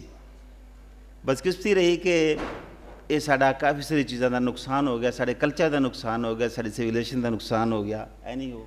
ਫਿਰ ਉਸ ਤੋਂ ਬਾਅਦ ਅੰਗਰੇਜ਼ ਹੁਕੂਮਤ ਨੂੰ ਖਿਆਲ ਆਇਆ ਔਰ ਉਹਨਾਂ ਨੇ ਇਸ ਚੀਜ਼ ਨੂੰ ਮਹਿਫੂਜ਼ਾ ਕਰਾ ਦਿੱਤਾ 1919 ਦੇ ਵਿੱਚ, ਜਿਸ ਤਰ੍ਹਾਂ ਮੈਡਮ ਨੇ ਜ਼ਿਕਰ ਕੀਤਾ ਹੈ। ਔਰ ਫੌਰੀ ਤੌਰ 'ਤੇ 1921 ਦੇ ਵਿੱਚ ਹੜੱਪਾ ਦੇ ਉੱਤੇ ਖੁਦਾਈਆਂ ਦਾ ਸਿਲਸਿਲਾ ਸ਼ੁਰੂ ਹੋ ਗਿਆ। ਔਰ ਖੁਦਾਈਆਂ ਜਦੋਂ ਸ਼ੁਰੂ ਹੋਈਆਂ ਤਾਂ ਸਾਨੂੰ ਕੋਈ ਸਟਰਕਚਰ ਐਸ ਸੱਚ ਉਹਨਾਂ ਦੇ ਜਿਹੜੇ ਘਰ ਸੀ ਇਹ ਉਹ ਨਹੀਂ ਮਿਲ ਰਹੇ ਸੀ, ਲੇਕਿਨ ਚੀਜ਼ਾਂ ਬਹੁਤ ਸਾਰੀਆਂ ਮਿਲ ਰਹੀਆਂ ਸੀ। 1921 ਤੋਂ 1926 ਤੱਕ, 1926 ਤੋਂ 1934 ਤੱਕ, ਫਿਰ ਉਸ ਤੋਂ ਬਾਅਦ 1944 ਦੇ ਵਿੱਚ, ਉਸ ਤੋਂ ਬਾਅਦ 1966 ਸਾਡੇ ਡਾਕਟਰ ਰਫੀਕ ਮੁਗਲ, 1992-94 ਮੈਂ ਅਤੀਕ ਸਾਹਿਬ, ਅਸੀਂ ਖੁਦਾਈਆਂ ਕੀਤੀਆਂ ਔਰ ਅਸੀਂ ਟਾਪ ਤੋਂ ਬਾਟਮ ਤੱਕ ਉਸ ਦੀ ਖੁਦਾਈ ਕਰਕੇ ਉਹਦੇ ਅੰਦਰੋਂ ਦੇਖਿਆ। ਅਸੀਂ ਉਸ ਅੰਦਰ ਗਏ ਹਾਂ, ਉਸ ਦੇ ਟਿੱਬਿਆਂ ਦੇ ਜਿਸ ਨੂੰ ਅਸੀਂ ਖੰਡਰਾਤ ਕਹਿੰਦੇ, ਅੰਦਰ ਜਾ ਕੇ ਦੇਖਿਆ ਕਿ ਇਹ ਕੀ ਚੀਜ਼ ਸੀ। ਉੱਥੋਂ ਕੀ ਸਾਨੂੰ ਪਤਾ ਚੱਲਿਆ? ਇੱਕ ਤਾਂ ਪਤਾ ਚੱਲਿਆ ਕਿ ਇਹ ਲੋਕ, ਪਹਿਲੇ ਇੱਕ ਸਵਾਲ ਸੀ, ਅੰਗਰੇਜ਼ ਆਏ, ਉਹਨੇ ਕਿਹਾ ਜੀ ਬਾਹਰੋਂ ਆ ਕੇ ਇੱਥੇ ਆ ਕੇ ਆਬਾਦ ਹੋ ਗਏ, ਇੱਥੇ ਆ ਕੇ ਇਹਦੇ ਵਸਨੀਕ ਹੋ ਗਏ, ਲੇਕਿਨ ਇਹ ਗੱਲ ਗਲਤ ਸਾਬਤ ਕੀਤੀ। ਇਹ ਲੋਕ ਇੱਥੋਂ ਦੇ ਹੀ ਰਹਿਣ ਵਾਲੇ ਸੀ। ਜਿਸ ਤਰ੍ਹਾਂ ਸਾਡੇ ਬਲੋਚਿਸਤਾਨ ਦੇ ਫੁੱਟ ਹਿਲਸ ਹਨ, ਉੱਥੋਂ ਲੋਕ ਆ ਕੇ, ਜਿਸ ਨੂੰ ਅਸੀਂ ਸਰ ਨੇ ਵੀ ਜ਼ਿਕਰ ਕੀਤਾ, ਪੱਖੀਵਾਸ, ਤਪੜੀਵਾਸ, ਮੁਸੱਲੀ, ਉਹਨਾਂ ਆ ਕੇ ਛੋਟੀ ਛੋਟੀ ਜੌਂਪੀਆਂ ਲਾਈਆਂ। ਫਿਰ ਉਸ ਤੋਂ ਬਾਅਦ ਐਸਤਾ ਐਸਤਾ ਆਬਾਦ ਹੁੰਦੇ ਗਏ। ਆਬਾਦ ਹੋ ਕੇ ਫਿਰ ਉਹਨਾਂ ਪੂਰਾ ਸ਼ਹਿਰ ਬਣਾਇਆ, ਟਾਊਨ ਪਲਾਨਿੰਗ ਕੀਤੀ ਔਰ ਇਤਨੇ ਅੱਛੇ ਕਿਸਮ ਦਾ ਉਹਨਾਂ ਨੇ ਸ਼ਹਿਰ ਬਣਾਇਆ। ਉਸ ਦੇ ਵਿੱਚ ਫਿਰ ਇੱਕ ਸ਼ਹਿਰ ਨਹੀਂ ਬਣਾਇਆ, ਜਿਹੜੀ ਸਾਡੀ ਰਿਸਰਚ ਹੈ, ਜਿਹੜਾ ਅਸੀਂ ਐਕਸਪਲੋਰੇਸ਼ਨ ਕੀਤੀ, ਡਾਕਟਰ ਜ਼ੁਬੈਰ ਸ਼ਫੀ ਗੌਰੀ ਇੱਕ CSP ਅਫਸਰ ਸੀ ਔਰ ਉਹਨਾਂ ਨਾਲ ਮੇਰਾ ਕਾਫੀ ਸਾਰਾ ਇੱਕ ਤਰ੍ਹਾਂ ਦਾ ਮੈਂ ਉਹਦਾ ਉਸਤਾਦ ਸੀ। ਉਹਨਾਂ ਨੇ ਸਭ ਤੋਂ ਪਹਿਲੇ ਮੇਰੇ ਕੋਲ ਹੀ ਆਏ ਸੀ ਕਿ ਜੀ ਮੇਰੇ ਕੋਲ ਪੂਰੇ ਪਾਕਿਸਤਾਨ ਦੀਆਂ ਠਿਕਰੀਆਂ ਹਨ ਔਰ ਮੈਨੂੰ ਸਮਝ ਨਹੀਂ ਆ ਰਹੀ ਕਿ ਇਹਨਾਂ ਦਾ ਮੈਂ ਕੀ ਕਰਾਂ। ਔਰ ਫਿਰ ਮੈਂ ਉਹਨਾਂ ਦੇ ਨਾਲ ਬੈਠ ਕੇ ਰਾਤ ਨੂੰ ਉਹਦੇ ਘਰ ਜਾਂਦਾ ਸੀ, ਉੱਥੇ ਬੈਠ ਕੇ ਅਤੇ ਫਿਰ ਉਹ ਅਲੱਗ ਕਰਦੇ ਸੀ ਕਿ ਇਹ ਜੀ 5000 ਸਾਲ ਪੁਰਾਣੀ ਹੈ, 2000 ਸਾਲ ਪੁਰਾਣੀ ਹੈ, ਕਿਉਂਕਿ ਮੇਰੀ ਜ਼ਰਾ ਪੋਟਰੀ ਅਤੇ ਔਰ ਠਿਕਰੀਆਂ 'ਤੇ ਸਪੈਸ਼ਲਾਈਜੇਸ਼ਨ ਹੈ। ਅੱਲਾਹ ਤਾਲਾ ਜਿਹਨੂੰ ਨਸੀਬ ਕਰੇ, ਉਹਨਾਂ ਨੇ ਬਹੁਤ ਜ਼ਿਆਦਾ ਕੰਮ ਕੀਤਾ ਔਰ ਸ਼ੇਖੂਪੁਰਾ ਔਰ ਇਸ ਦੇ ਵਿੱਚ ਜਿਹੜੀ ਉਹਨਾਂ ਵੀ ਇੱਕ ਕਿਤਾਬ ਲਿਖੀ ਰਾਵੀ ਕਿਨਾਰੇ, ਹੜੱਪਾਈ ਬਸਤੀਆਂ ਰਾਵੀ ਕਿਨਾਰੇ ਹੜੱਪਾਈ ਬਸਤੀਆਂ। ਐਕਚੁਅਲੀ ਉਹ ਤਕਰੀਬਨ ਮੋਰ ਦੈਨ 1000 ਤੋਂ ਜ਼ਿਆਦਾ ਮੈਂ ਅਤੀਕ ਸਾਹਿਬ ਸਾਡੀ ਇੱਕ ਟੀਮ ਬਣੀ ਸੀ ਔਰ ਅਸੀਂ ਪਹਿਲੇ ਅਸੀਂ ਇਹ ਬਸਤੀਆਂ ਤਲਾਸ਼ ਕਰ ਚੁੱਕੇ ਸੀ। ਉਹਨਾਂ ਦੇ ਜਿਹੜਾ ਫਿਰ ਉਹਨਾਂ ਨੇ ਇੱਕ ਸਪੈਸੀਫਿਕ ਏਰੀਆ ਲਿਆ ਜਿਸ ਵਿੱਚ ਸਿਰਫ ਹੜੱਪਾਈ ਬਸਤੀਆਂ ਦੇਖੀਆਂ। ਫਿਰ ਉਹਨਾਂ 'ਤੇ ਕਿਤਾਬ ਲਿਖੀ, ਮਾਸ਼ਾਅੱਲਾ ਬਹੁਤ ਅੱਛੀ ਕਿਤਾਬ ਹੈ ਔਰ ਸਾਰੇ ਸਟੂਡੈਂਟਾਂ ਵਾਸਤੇ, ਬੱਚਿਆਂ ਵਾਸਤੇ ਇੱਕ ਰਹਿਨੁਮਾਈ ਵੀ ਹੈ। ਲੇਕਿਨ ਹੜੱਪਾ ਦੇ ਵਸੇਬ ਦੇ ਵਾਲਾ ਕਿਉਂ ਅਸੀਂ ਗੱਲ ਕਰ ਰਹੇ ਹਾਂ, ਰਾਵੀ ਕਿਨਾਰੇ ਅਸੀਂ ਉਹਦੇ ਟੌਪ ਤੋਂ ਬਾਟਮ ਤੱਕ ਜਦੋਂ ਖੁਦਾਈ ਕੀਤੀ, ਇੱਕ ਬੜਾ ਸਾਇੰਟੀਫਿਕ ਔਰ ਬੜਾ ਮੁਸ਼ਕਿਲ ਕੰਮ ਹੁੰਦਾ ਹੈ, ਲੇਕਿਨ ਜਸਤਜੂ ਵੀ ਹੁੰਦੀ ਹੈ, ਪਤਾ ਵੀ ਲੱਗਦਾ ਹੈ ਕਿ ਯਾਰ ਥੱਲੇ ਕੀ ਹੈ। ਕੁਝ ਚੀਜ਼ਾਂ ਜਦੋਂ ਮਿਲਦੀਆਂ ਨੇ ਦੇਖਦੇ ਹਾਂ ਅਸੀਂ ਔਰ ਇਹ ਤਕਰੀਬਨ ਕੋਈ 70 ਫੁੱਟ 60 ਫੁੱਟ ਤੋਂ ਉੱਚੇ ਇਹ ਸਾਰੇ ਟਿੱਬੇ ਨੇ। ਅਸੀਂ 60 ਫੁੱਟ ਤੋਂ ਲੈ ਕੇ ਥੱਲੇ ਤੱਕ ਤਕਰੀਬਨ 65 ਤੋਂ ਲੈ ਕੇ 70 ਫੁੱਟ ਤੱਕ ਖੁਦਾਈ ਕੀਤੀ। ਜਿਸ ਵਕਤ ਸਾਨੂੰ ਕੁਦਰਤੀ ਜ਼ਮੀਨ ਮਿਲੀ ਹੈ ਫਿਰ ਪਤਾ ਚੱਲਿਆ ਕਿ ਇੱਥੋਂ ਆਬਾਦ ਹੋਈ ਹੈ, ਰਾਵੀ ਕਿਨਾਰੇ ਸੀ ਔਰ ਰਾਵੀ ਦੇ ਵਿੱਚ ਜਿਹੜਾ ਉਹਦਾ ਬੈੱਡ ਹੈ ਪੁਰਾਣਾ, ਉਸ 'ਤੇ ਵੀ ਅਸੀਂ ਖੁਦਾਈ ਕੀਤੀ ਕਿ ਆਇਆ ਵਾਕਈ ਇਹ ਠੀਕ ਹੈ ਗੱਲ ਕਿ ਇੱਥੇ ਰਾਵੀ ਹੈ ਵੀ ਸੀ ਕਿ ਨਹੀਂ ਸੀ। ਹੁਣ ਤਾਂ 10 ਕਿਲੋਮੀਟਰ ਦੂਰ ਚਲਾ ਗਿਆ ਕਿ ਇਹ ਗੱਲ ਠੀਕ ਹੈ, ਲੇਕਿਨ ਉਹ ਗੱਲ ਠੀਕ ਹੈ ਕਿ ਉੱਥੇ ਸਾਨੂੰ ਜਿਹੜੀ ਸਿਲਟ ਮਿਲੀ ਹੈ, ਜਿਹੜਾ ਰਾਵੀ ਦੀ ਮਿੱਟੀ ਮਿਲੀ ਹੈ, ਉਹ ਐਕਚੁਅਲੀ ਦਰਿਆ ਦੀ ਹੀ ਮਿੱਟੀ ਹੈ। ਉਸ ਦੇ ਵਿੱਚ ਸਾਨੂੰ ਕੀ ਪਤਾ ਚੱਲਿਆ ਜਦੋਂ ਸਟੈਟੀਗ੍ਰਾਫੀਕਲੀ ਉਸ ਨੂੰ ਦੇਖਿਆ, ਉਹਦੀ ਤਹਿ ਦਰ ਤਹਿ ਨੂੰ ਦੇਖਿਆ, ਪਤਾ ਚੱਲਿਆ ਕਿ ਜੀ ਇੱਕ ਤਾਂ ਇਹ ਪਤਾ ਚੱਲਿਆ ਕਿ ਕਿਤਨੀ ਦਫਾ ਇਹ ਆਬਾਦੀ ਤਬਾਹ ਹੋਈ, ਫਿਰ ਲੋਕ ਕਿੱਥੇ ਗਏ, ਕੌਣ ਸੀ ਲੋਕ। ਸਰ ਨੇ ਵੀ ਜ਼ਿਕਰ ਕੀਤਾ ਡਰਾਵਿਡੀਅਨ ਸੀ, ਦਰਾਵੜ ਲੋਕ ਸੀ, ਉਹਨਾਂ ਦੀ ਜ਼ੁਬਾਨ ਕੀ ਸੀ, ਉਹਨਾਂ ਦਾ ਫਨੂਨ ਲਤੀਫਾ ਕੀ ਸੀ, ਕੀ ਕਰਦੇ ਸੀ, ਇਹ ਉਹ ਸਾਰਾ ਇੱਕ ਇੱਕ ਚੀਜ਼ ਦੀ ਬਾਕਾਇਦਾ ਤੌਰ 'ਤੇ ਰਿਸਰਚ ਹੋ ਕੇ ਇੱਕ ਬਹੁਤ ਸਾਰੀਆਂ ਕਿਤਾਬਾਂ ਵੀ ਲਿਖੀਆਂ ਗਈਆਂ ਹਨ। ਉਹਨਾਂ ਕਿਤਾਬਾਂ ਦੇ ਵਿੱਚ ਸਾਡਾ ਜਿਹੜਾ ਪ੍ਰੈਕਟੀਕਲ ਅਮਲ ਹੋਇਆ, ਜਿਹੜਾ ਅਸੀਂ ਉਹਨਾਂ ਖੁਦਾਈਆਂ ਕੀਤੀਆਂ ਹਨ, ਉਹਨਾਂ ਦਾ ਨਿਚੋੜ ਹੈ। ਔਰ ਖ਼ਾਸ ਤੌਰ 'ਤੇ ਹੜੱਪਾ ਇਹ ਵਹਿਦ ਸ਼ਹਿਰ ਸੀ ਜਿਹੜਾ ਕਿ 3500 ਕਬਲ ਵਿੱਚ ਸਭ ਤੋਂ ਪਹਿਲੇ ਆਬਾਦ ਹੋਇਆ। ਫਿਰ ਇੱਕ ਤਕਰੀਬਨ ਕੋਈ 700-800 ਸਾਲ ਤੱਕ ਇੱਕ ਹੀ ਏਰੀਆ ਦੇ ਵਿੱਚ ਇੱਕ ਤਰ੍ਹਾਂ ਦੇ ਕਲਚਰ ਦੇ ਵਿੱਚ ਉਹ ਰਿਹਾ। ਉਸ ਤੋਂ ਬਾਅਦ ਫਿਰ 2500 ਕਬਲ ਮਸੀਹ ਤੋਂ ਲੈ ਕੇ 1900 ਵਿੱਚ ਉਹਨਾਂ ਨੇ ਪੱਕੇ ਘਰ ਬਣਾਉਣੇ ਸ਼ੁਰੂ ਕੀਤੇ, ਮਨਸੂਬਾਬੰਦੀ ਤਹਿਤ ਕੀਤੇ, ਟਾਊਨ ਪਲਾਨਿੰਗ ਕੀਤੀ ਔਰ ਆਮ ਤੌਰ 'ਤੇ ਉਹਨਾਂ ਦੇ ਘਰ ਜਿਹੜੇ ਸੀ, ਵੱਡੇ ਜਿਹੜੇ ਬਾਜ਼ਾਰ ਸੀ ਉਹ ਨਾਰਥ ਸਾਊਥ ਸੀ ਔਰ ਛੋਟੀਆਂ ਗਲੀਆਂ ਜਿਹੜੀਆਂ ਇਹਨਾਂ ਜੀ ਉਸ ਦੇ ਈਸਟ ਵੈਸਟ ਹੈ ਸੀ ਔਰ ਬਾਕਾਇਦਾ ਤੌਰ 'ਤੇ ਪਰਦੇ ਦਾ ਨਿਜ਼ਾਮ ਵੀ ਉਹਨਾਂ ਦੇ ਵਿੱਚ ਹੈ ਸੀ। ਘਰ ਛੋਟੇ ਸੀ, 2 ਕਮਰੇ, ਡਿਉੜੀ ਸੀ, ਛੋਟੀ ਫੈਮਲੀਆਂ ਸੀ ਔਰ ਆਮ ਤੌਰ 'ਤੇ ਉਹਨਾਂ ਦੇ ਵਿੱਚ ਉਹ ਰਹਿੰਦੇ ਸੀ। ਬਾਕੀ ਜਦੋਂ ਤੱਕ ਹੜੱਪਾ ਦਾ ਤਾਲਕ ਅਸੀਂ ਦੂਸਰੇ 400 ਮੈਂ ਉਹਨੇ ਜ਼ਿਕਰ ਕੀਤਾ ਕਿ ਅਸੀਂ 400 ਹੋਰ ਵੀ ਬਸਤੀਆਂ ਵੱਡੇ ਵੱਡੇ ਸ਼ਹਿਰ ਜਿਹੜੇ ਨੇ ਉਹ ਮੌਜੂਦੌੜੂ ਹੈ ਔਰ ਕਿਹਾ ਇਹ ਜਾਂਦਾ ਹੈ ਕਿ ਮੌਜੂਦੌੜੂ ਹੜੱਪਾ ਉਸ ਵਕਤ ਦੇ ਕੈਪੀਟਲ ਹੈ ਸੀ। ਉਹਨਾਂ ਦੇ ਦਰਮਿਆਨ ਦੇ ਵਿੱਚ ਬਹਾਵਲਪੁਰ ਵਿੱਚ ਇੱਕ ਹੋਰ ਜਗ੍ਹਾ ਹੈ ਔਰ ਜਿਹੜੀ ਕਿ ਜਿੱਥੇ ਖੁਦਾਈ ਨਹੀਂ ਹੋਈ ਅਜੇ ਤੱਕ, ਉਸ ਦੀ ਸਾਡੇ ਵਾਸਤੇ ਬੜੀ ਹੈ ਕਿ ਉਸ ਨੂੰ ਖੁਦਾਈ ਕਰਨੀ ਚਾਹੀਦੀ ਹੈ ਤਾਂ ਕਿ ਸਾਨੂੰ ਇਹਨਾਂ ਬਸਤੀਆਂ ਦਾ ਵੀ ਪਤਾ ਚੱਲ ਸਕੇ ਕਿ ਉਸ ਦੇ ਵਿੱਚ ਕੀ ਹੈ। ਇਸੇ ਤਰੀਕੇ ਸਾਡੇ ਹੋਰ ਵੀ ਕਾਫੀ ਸਾਰੇ ਤੁਹਾਡੇ ਫੈਸਲਾਬਾਦ ਜੜ੍ਹਾਂਵਾਲਾ ਦੇ ਵਿੱਚ ਇੱਕ ਰਾਜਨਪੁਰ ਇੱਕ ਗਾਉਂ ਹੈ ਜਿਸ 'ਚ ਇੱਕ ਹੜੱਪਾ ਦੀ ਇੱਕ ਬਸਤੀ ਹੈ ਔਰ ਉਸ ਬਲਕਿ ਉਸ ਤੋਂ ਵੀ ਪਹਿਲੇ ਦੀ ਹੈ ਜਿਸ ਨੂੰ ਅਸੀਂ ਅਰਲੀ ਹੜੱਪਾ ਕਹਿ ਸਕਦੇ ਹਾਂ। ਹੜੱਪਾ ਦੇ ਹਵਾਲੇ ਨਾਲ ਤੇ ਬਹੁਤ ਜ਼ਿਆਦਾ ਹੈ ਮਾਸ਼ਾਅੱਲਾ, ਉੱਥੇ ਮੈਂ ਕਾਫੀ ਸਾਰਾ ਕੰਮ ਵੀ ਕੀਤਾ ਹੈ। ਲੇਕਿਨ ਹੜੱਪਾ ਇੱਕ ਵਾਹਿਦ ਸ਼ਹਿਰ ਹੈ ਜਿਸ ਦੇ ਪਹਿਲੇ ਸਭ ਤੋਂ ਪਹਿਲੀ ਫਸੀਲ ਬਣਾਈ ਗਈ, ਗਿਰਦਾ ਗਿਰਦ ਫਸੀਲ ਬਣਾਈ ਗਈ ਦੁਨੀਆ ਦੇ ਵਿੱਚ।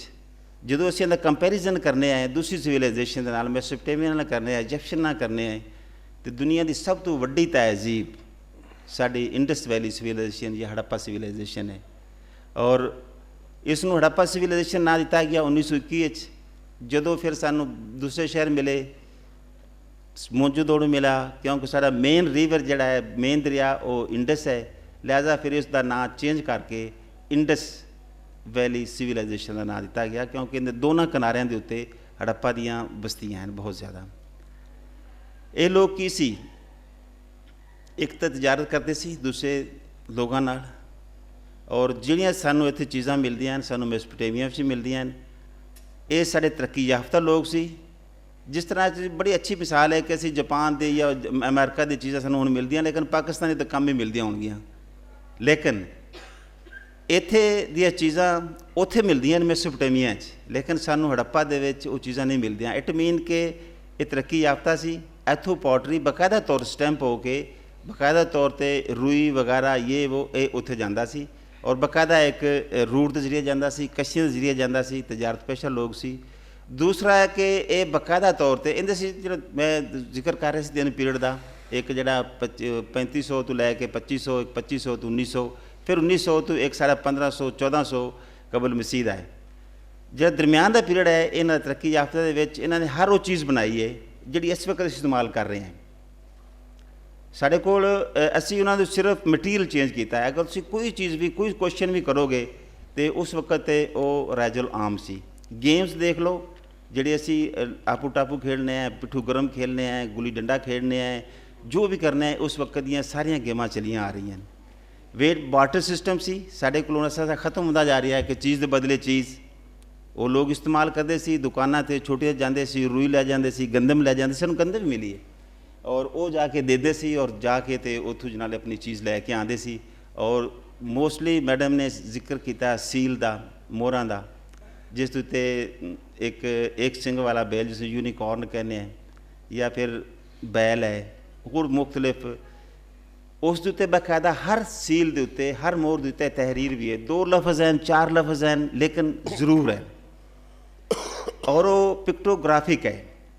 और अज भी साढ़े अगर तुसी चोलिस्तान दे एरिया जाते ने तो उन्होंने जोड़े उठ या गावां दे उत्ते ना उन्होंने फर के उत्ते एक बाकायदा स्टैंप लगी होंगी है और वो कबीले की निशानी है और वही वो जानते हैं। अगर तुम जाके किसी को पूछोगे ना कि एक मिसाल रेवड़ है या ये गावां जा रही ने किस दियाँ, तो फौरी तुहानूं दस दें वो की देखणगे, वो सिंबल देखणगे जिहड़ा उसदे फर ते लग्या होएगा।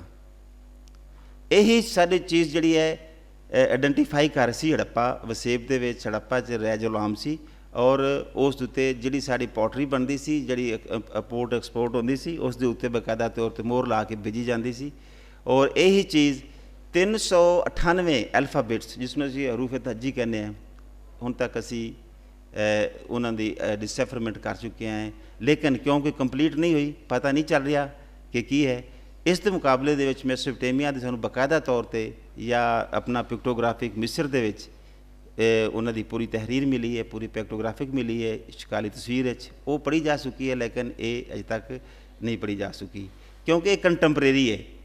2500 कबल मसीह जिस वक्त इत्थे सी उत्थे भी पैरामिड्स बन रहे सी। असी इसनूं कंपेयर कर जो करने हैं, लेकिन जिस मेहरगढ़ जाने हैं तो फिर असी 9000 तो मैडम थोड़ा आपने 7000 के खिलाफ तो 9000 10,000 तक चला गया है उसकी जो क्रोनोलॉजी है।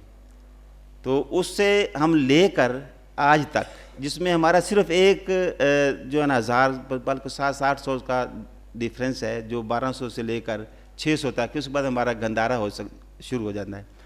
लेकिन असी बड़े खुशकिस्मत लोग हैं कि साढ़े कोल इस वक्त दुनिया की 2 वड्डी तहजीबां हैं, एक गंदारा सिविलाइजेशन है और दूसरी साढ़े कोल इंडस सिविलाइजेशन है।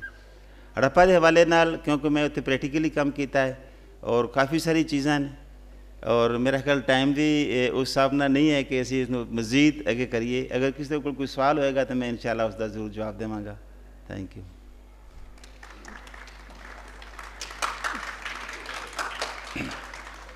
हसन साहब की बात को आगे ले जाने से पहले मैं इधर 2 चीज़ें, हमें थोड़ा सा अपने एंसेस्टर्स के बारे में प्राउड होने की ज़रूरत है। डिज़नी की मूवीज़ में तो आप यूनिकॉर्न देखते ही हैं, बट जो यूनिकॉर्न की पहली आइकॉनोग्राफी है वो इंडस वैली से मिलती है। योगा पोस्चर का सबको ही पता है, योगी सील मिली हुई है। योगा भी सबसे पहले आइकॉनोग्राफी में इंडस के लोगों ने ही बनाया था। मैं अब अतीक साहब से ये पूछना चाहूँगी, क्योंकि ज़रा कंपैरेटिव स्टडी बच्चों को दें थोड़ा तो समझ आती है। जब हम इजिप्ट की और मेसोपोटामिया की सिविलाइजेशन देखते हैं तो उसमें हमें टेम्पल्स और क्या कहते हैं पैलेसेस नज़र आते हैं, बट मेसन ने जिक्र तो किया कि रूनस क्या कहते हैं कासल था, बट उसका कोई हमें एविडेंस पूरी इंडस की जितनी भी एक्सकवेशंस हुई हैं उससे नहीं मिला।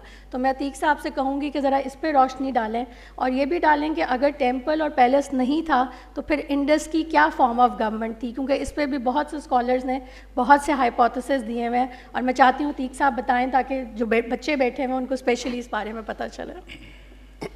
बिस्मिल्लाहिर्रहमानिर्रहीम, बहुत शुक्रिया।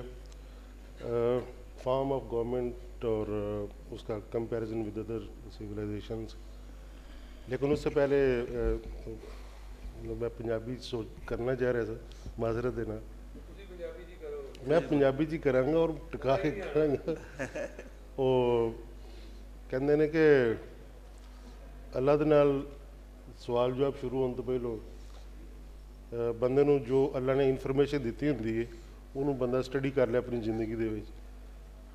ਜਿੱਥੋਂ ਤੱਕ ਅਸਾਰੇ ਕਦੀਮਾਂ ਦਾ ਤਾਲੁਕ ਹੈ, ਜਿਹਦੀ ਬੁਨਿਆਦ 'ਤੇ ਅਸੀਂ ਡਿਸਕਵਰ ਕਰਨੇ ਆ ਇਹਨਾਂ ਸਿਵਲਾਈਜੇਸ਼ਨ ਨੂੰ ਜਾਂ ਇਹਨਾਂ ਸ਼ਹਿਰਾਂ ਨੂੰ, ਕੁਰਾਨ ਪਾਕ 'ਚ 46% ਜਿਹੜੀਆਂ ਆਇਤਾਂ ਨੇ, 46% ਉਹ ਅਸਾਰੇ ਕਦੀਮਾਂ ਨੂੰ ਡੀਲ ਕਰਦੀਆਂ ਨੇ, ਸਿਵਲਾਈਜੇਸ਼ਨ ਨੂੰ ਡੀਲ ਕਰਦੀਆਂ ਨੇ।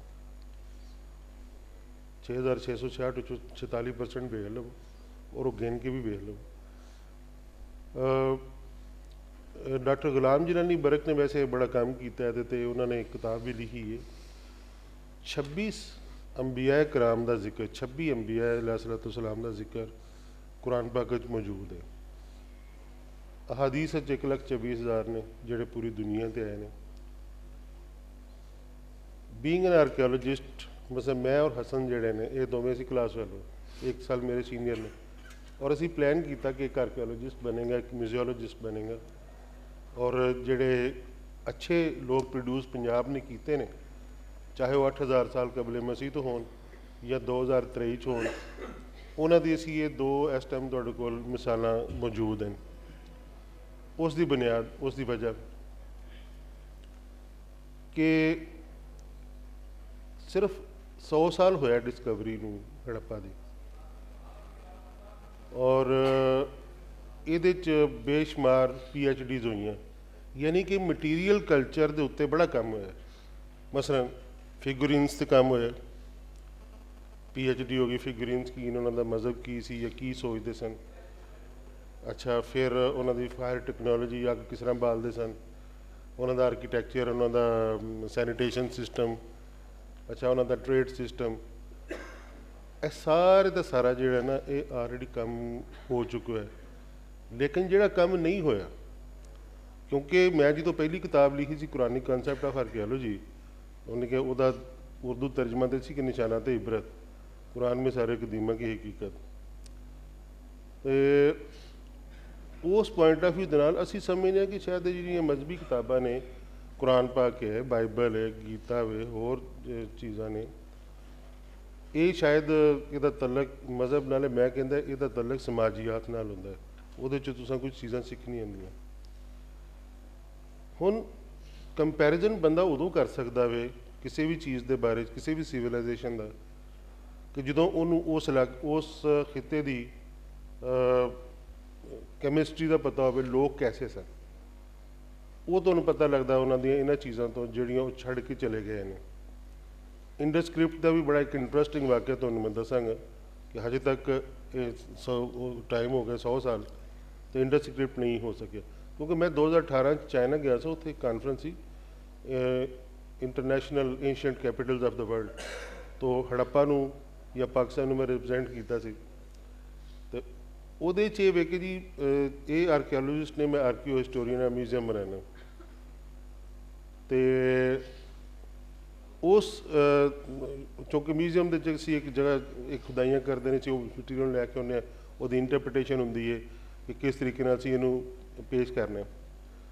ਜਿਹੜਾ ਹੁਣ ਤੱਕ ਦੇ ਆਪਣੇ ਇਸ ਤਜਰਬੇ ਦੇ ਉੱਤੇ ਜਿਹੜਾ ਸ਼ਾਇਦ ਨੌਜਵਾਨ ਨਸਲ ਨੂੰ ਜਾਂ ਉਹਨਾਂ ਵਾਲੇ ਜਿਹੜੇ ਮਹਿਮਾਨ ਬੈਠੇ ਨੇ, ਇਹਨਾਂ ਨੂੰ ਇੱਕ ਸਮਾਜੀਆਤ ਦਾ ਅਸਲ ਐਸਨ ਮੈਂ ਦੱਸ ਦੇਣਾ ਕਿ ਕਿਸੇ ਵੀ ਚੀਜ਼ ਦੀ ਤਖਲੀਕ, ਉਹਦਾ ਇਨਹਿਸਾਰ ਆਈਡੀਆਜ਼, ਥਾਟਸ ਔਰ ਮੂਵਮੈਂਟਸ ਦੇ ਉੱਤੇ ਹੁੰਦਾ।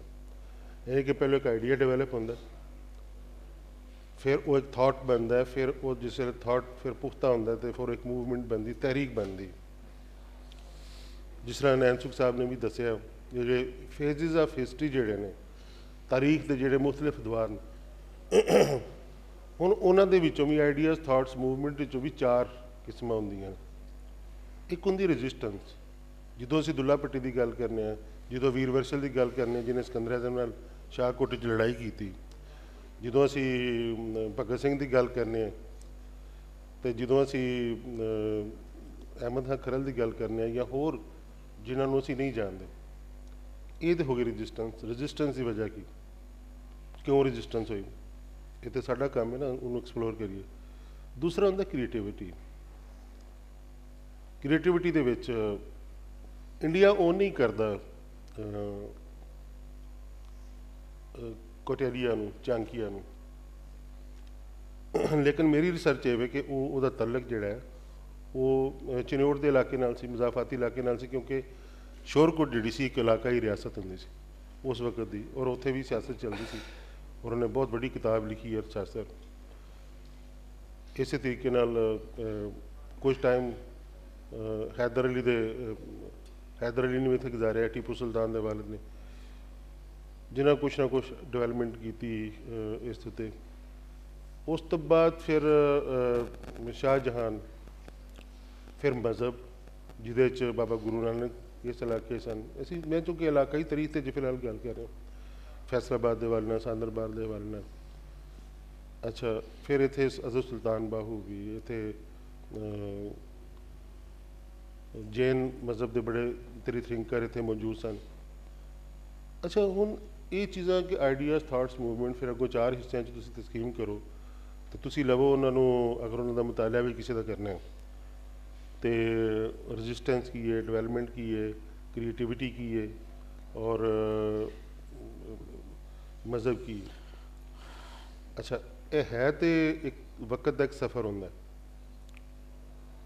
ਇਸ ਵਕਤ ਦੇ ਸਫ਼ਰ 'ਚ ਜਿਹੜੀਆਂ ਚੀਜ਼ਾਂ ਮੇਰੇ ਜ਼ੇਰੇ ਮੁਤਾਲਿਆ ਰਹੀਆਂ ਨੇ ਜਾਂ ਮੈਂ ਵੇਖੀਆਂ ਨੇ, ਕਿ ਬਹੁਤ ਅਰਸਾ ਇੱਕ ਸਿਵਲਾਈਜੇਸ਼ਨ, ਜਿਹਨੂੰ ਅਸੀਂ ਇਜਿਪਸ਼ੀਅਨ ਸਿਵਲਾਈਜੇਸ਼ਨ, ਮਿਸਰੀ ਤਹਿਜ਼ੀਬ ਕਹਿੰਦੇ, ਉਹ ਅੱਖਾਂ ਤੋਂ ਓਝਲ ਰਹਿੰਦੀ। ਕੁਰਾਨ ਪਾਕ ਦੇ ਵਿੱਚ ਜ਼ਿਕਰ ਆ ਗਿਆ, ਔਰ ਕੁਰਾਨ ਪਾਕ ਇੱਕ ਮਖਸੂਸ ਤਬਕੇ ਨੇ ਪੜ੍ਹਿਆ।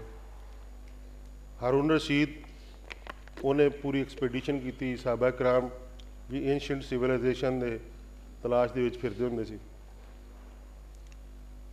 ਇਹ ਹਾਦੀਸਾਂ 'ਚ ਇਹ ਚੀਜ਼ਾਂ ਮੌਜੂਦ ਹਨ। ਮੁਸਲਮਾਨਾਂ ਦੇ ਬੇਸ਼ੁਮਾਰ ਕਬਰਾਂ ਸਕੈਂਡੀਨੇਵੀਆ 'ਚ ਵੀ ਨੇ, ਚਾਈਨਾ 'ਚ ਵੀ ਨੇ, ਇੱਧਰ ਵੀ ਮੈਂ ਖੁਦ ਦੇਖ ਕੇ ਆਇਆ ਸਾਰੀਆਂ, ਜਿਹੜੇ ਸਾਡੇ ਅਸਾਬੇ ਰਸੂਲ ਸੱਲੱਲਾਹੁ ਅਲੈਹਿ ਵਸੱਲਮ ਸਾਰੇ ਜਾਂਦੇ ਸਨ। ਸੋ ਇਸ ਇੱਕ ਖੋਜ ਔਰ ਇਹ ਜਿਹੜੀ ਤਲਬ ਸੀ, ਜਦੋਂ 1400 ਸਾਲ ਪਹਿਲੋਂ ਇਹ ਹੋਇਆ ਸਿਵਲਾਈਜੇਸ਼ਨ ਜ਼ਿਕਰ, ਫਿਰ ਜਿਸ ਤਰ੍ਹਾਂ ਡਾਕਟਰ ਸਾਹਿਬਾਂ ਨੇ ਜ਼ਿਕਰ ਕੀਤਾ ਬਿਬਲੀਕਲ ਆਰਕੀਓਲੋਜੀ ਦਾ, ਕਿ ਹੜੱਪਾ ਦੇ ਬਾਰੇ 'ਚ ਮੇਰੀ ਆਪਣੀ ਓਪੀਨੀਅਨ ਐਜ਼ ਏ ਮਿਊਜ਼ੀਓਲੋਜਿਸਟ ਜਾਂ ਹੈਰੀਟੇਜ ਮੈਨੇਜਮੈਂਟ ਕਹਿ ਲਓ ਕਿ ਇੱਕ ਸਟੂਡੈਂਟ ਦੇ ਤੌਰ 'ਤੇ, ਕਿ ਇਹ ਜਿਹੜਾ ਸਾਡਾ ਖਿੱਤਾ ਹੈ ਨਾ, ਫੁੱਟ ਹਿਲਸ ਤੋਂ ਲੈ ਕੇ ਤੇ ਕੋਟ ਮਿੱਠਨ ਤੱਕ, ਜਿੱਥੇ ਜਾ ਕੇ ਸਾਰੇ ਰਲਦੇ ਨੇ ਔਰ ਦਰਿਆ ਸਿੰਧ 'ਚ ਜਾਂਦੇ ਨੇ, ਹੁਣ ਤੱਕ ਦੇ 30 ਸਾਲ 31 ਸਾਲ ਤੇ ਹੋ ਗਏ ਹਸਨ ਸਾਹਿਬ ਸਾਨੂੰ।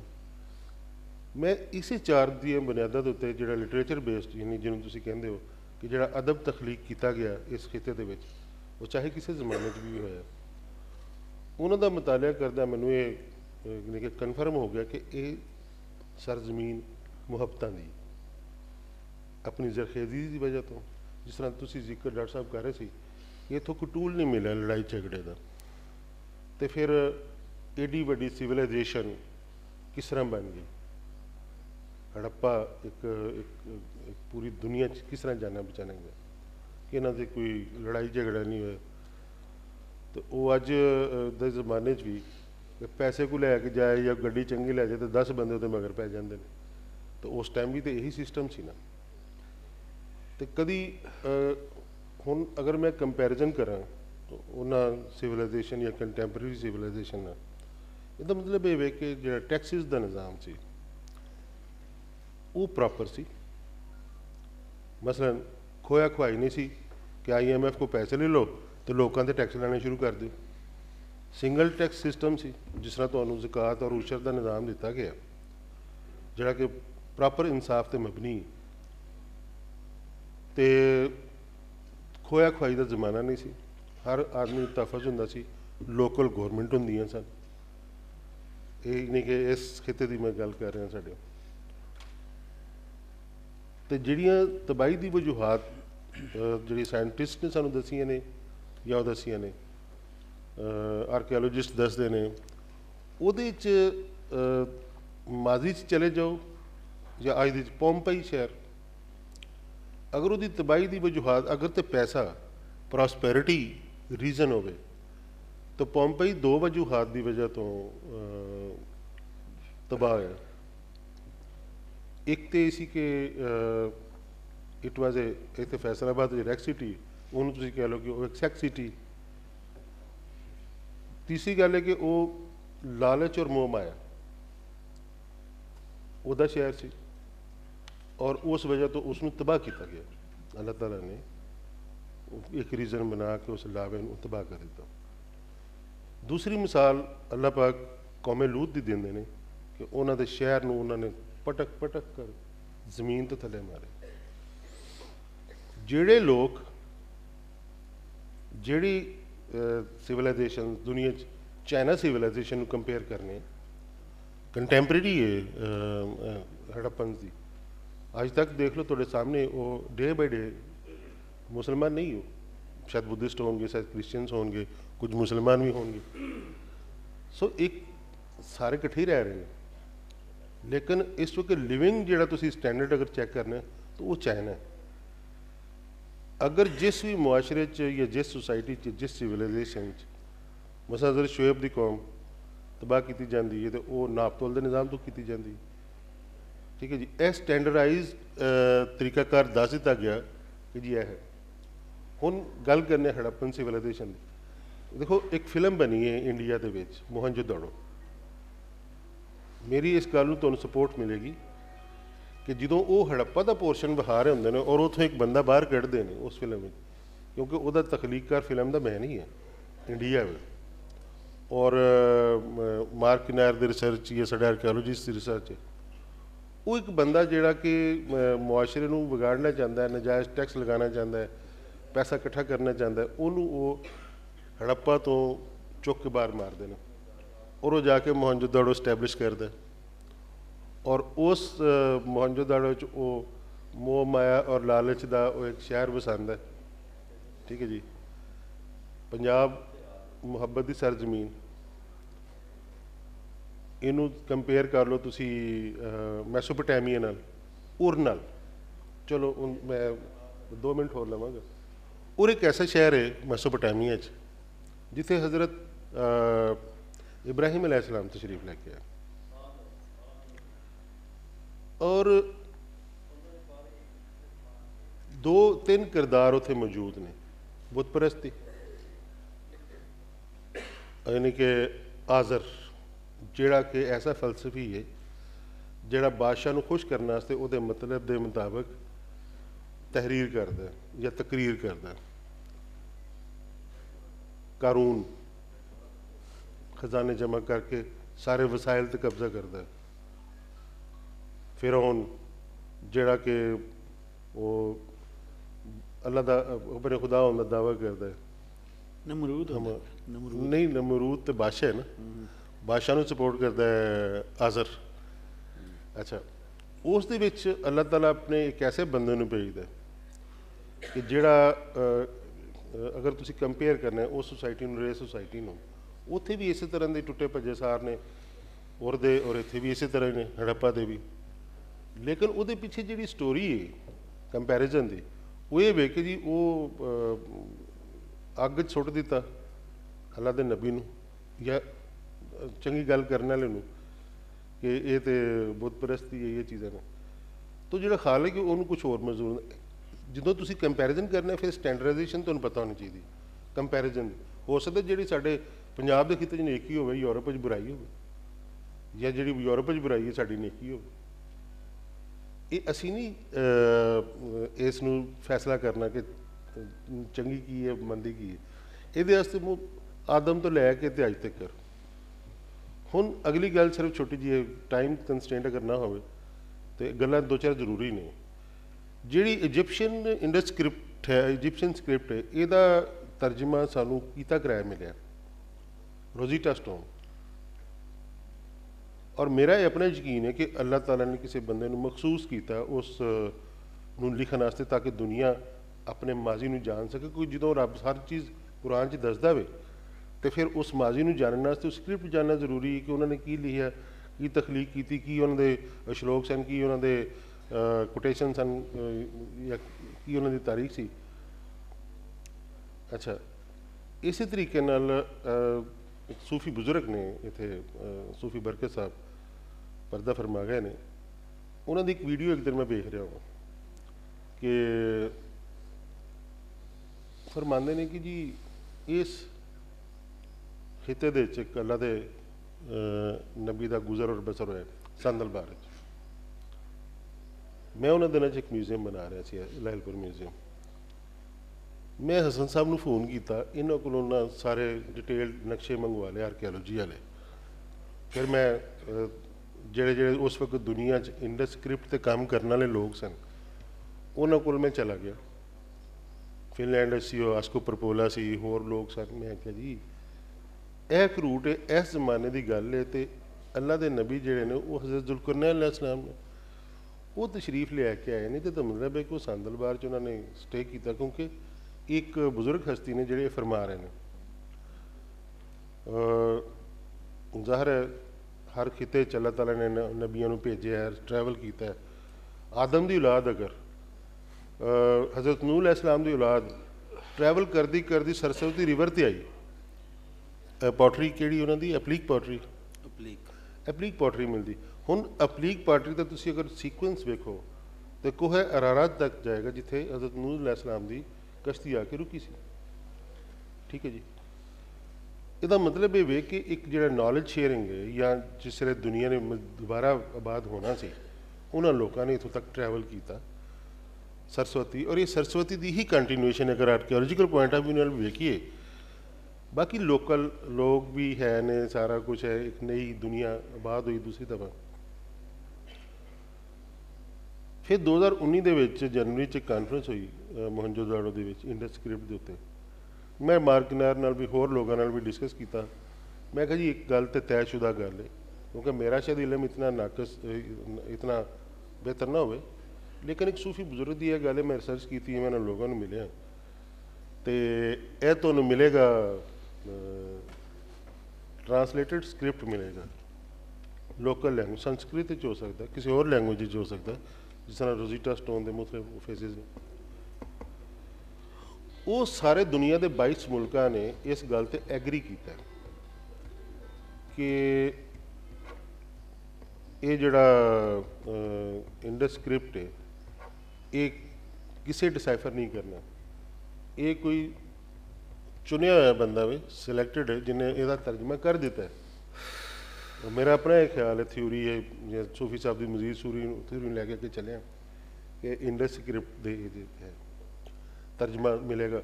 ਹੁਣ ਉਹ ਸੰਦਲਬਾਰ 'ਚ ਮਿਲ ਜਾਵੇ, ਉਹ ਉੱਤੇ ਜਿਹੜਾ ਹੈ ਸਾਡਾ ਗਨਵੇਰੀ ਵਾਲਾ ਉੱਥੋਂ ਮਿਲ ਜਾਵੇ। ਅੱਗੋਂ ਫਿਰ ਆਰਕੀਓਲੋਜਿਸਟਾਂ ਦਾ ਕੰਮ ਹੈ ਕਿ ਉਹਨਾਂ ਨੂੰ ਉਹਨਾਂ ਚੀਜ਼ਾਂ ਦੇ ਵੇਖੇ ਵੇਖ। ਬਸ ਕਰਦੇ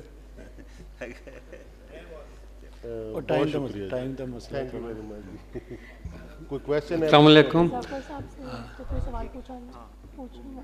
ठीक ठीक ठीक है। कंपेयर किया है।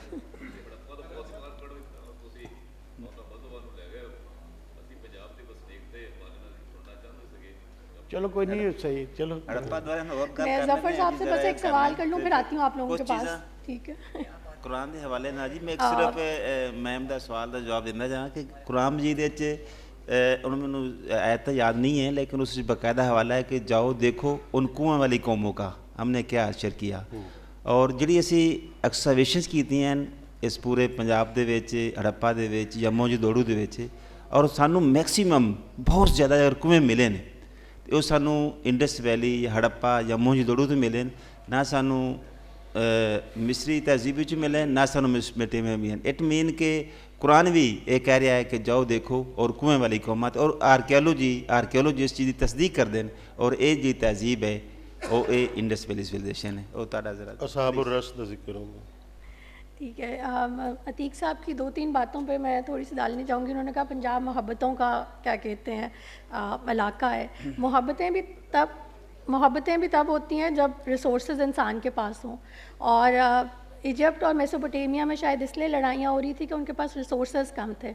अगर आप इजिप्शियन सिविलाइजेशन का लेआउट देखें तो रिवर इस तरह फ़्लो कर रहा है, एक हद तक फर्टिलिटी है, ज़मीन ज़रखेज़ है, उसके बाद डेजर्ट है। मेसोपोटामिया को देखें तो टिग्रिट्स एंड यूफ्रेट्स रिवर हैं, एक साइड पे पहाड़ हैं, दूसरी साइड पे समंदर आ जाता है।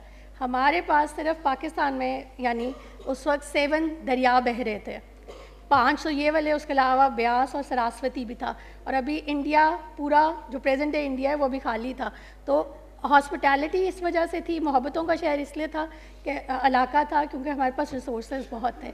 मैं अब ज़फ़र साहब के पास जाना चाहूँगी और ज़फ़र साहब को पूछना चाहूँगी कि अगर आप इंडस के रिलीजन पे कोई डालना चाहें। जी बहुत शुक्रिया। मुझे पिछले महीने हसन साहब के साथ ना अच्छा पंजाबी गुफ्तगू करदे एक मौका मिला साहिवाल, तो उस तो बाद असी हड़प्पा का म्यूजियम जाके वेख्या, तो मैनू बड़ी खुशी हुई है और शुक्रिया मैं इन्हां दा अदा करदा कि उस म्यूजियम को वेखण तो बाद मैं जो सोचा कि नैन सुख साहब आख रहे हैं कि अगर असी हड़प्पा के वारिस हाँ, असी हड़प्पा के वारिस हाँ, और असी ये साबित करते हैं कि असी वो हड़प्पा के वारिस हाँ। उस मुलाकात तो बाद, उस विजिट तो बाद ਜਿਹੜਾ मैं 2-3 पहलुआं ते आके अपने वसेब नूं, अपने अदब नूं ते जो कुछ असी जबान बोल रहे हैं इस नूं चेक किया, क्योंकि अदीब कोल तो होर आर्कियोलॉजी के नज़र नाल वेख्या जाए तो उहदे कोल कोई ये नहीं है। वो वेखदा की है, वो अमल वेखदा है, वो लोगों के कस्टम वेखदा है, वो लोगों के कामकार वेखदा है, वो मजहब नूं वेखदा है, वो समाज नूं वेखदा है, तो उन्होंने पता लगता है कि यार असी किस समाज के वारिस हाँ। उत्थे वेखण तो बाद मैं उदण भी इन्हां दे नाल गल कीती, कुछ मूर्तियां वेखियां, कुछ घड़े वेखे, तो कुछ ना काश्तकारी के हालात और दांद और ਉਹਦੀ ਜਿਹੜੀ पंजाली और हड़ां उन्होंने वेखण तो बाद मैनू पता लगा कि कुन्नी भी वो ही है, चटूरा भी वो है, लोटा भी वो है जिहड़ा असीं अजें भी इस्तेमाल करते पे, कणक भी वो है, चक्की भी वो है, साडे मिसाले भी हो, मरचां लूण दाणे अदरक असी तो इस्तेमाल करते पे इतने सालों तो यह मतलब है असी उस हड़प्पा तहजीब के वारिस हैं। अच्छा असी इस तहजीब के वारिस हैं, तो क्या उस तहजीब जी है वो साढ़े को चलती आती आई पई है कि 4000-3000 साल या 3500 कबल मसीह तो लैके 5000 साल हो गए हुण तक साढ़े को आई है? क्या कोई साढ़े को इलमी सबूत भी इस गल का है कि असी उसके वारिस हैं, या असी उस जबान या उन्होंने चीज़ों को वेख के सिर्फ आखते हैं कि असी उस तो वारिस? मैं एक जी गल मैं उदों भी इन्होंने नाल गल की कि जड़ियाँ मूर्तियाँ तुसां लाइयां ना, एक मोर जी है ना वो मैंने 3 मूर्ति नज़र आई शेवा दी, जिहदे ना वो बटरफ्लाई आसन दे विच अगर योग की तुसीं गल करदे हो ना तो उत्थे तस्वीर बनी हुई है। उस तो बाद जो मैं उस ते आके पढ़िया तो मैं थोड़ी जी मालूमात हासिल कीतियां तो मैंने पता लगा कि जेड़े हड़प्पा दे लोग हैं ना हिंदू मज़हब ते मुख्तलिफ आन। हिंदू मज़हब दे विच है कि अगर सतिया है पैदा करने वाला तो संसार जोड़ा वो सारे दे सारा अलुयन है, वो माया है। लेकिन जोड़े योग वाले न वो तस्लीम कर दें कि नहीं अगर पैदा करने वाला सच है तो जोड़ा संसार है ना वो भी सच है, दोवें अगर सच हैं यानी खालिक और मखलूक को अलग अलग कर दें, यही तस्वर मुसलमाना दे हाँ।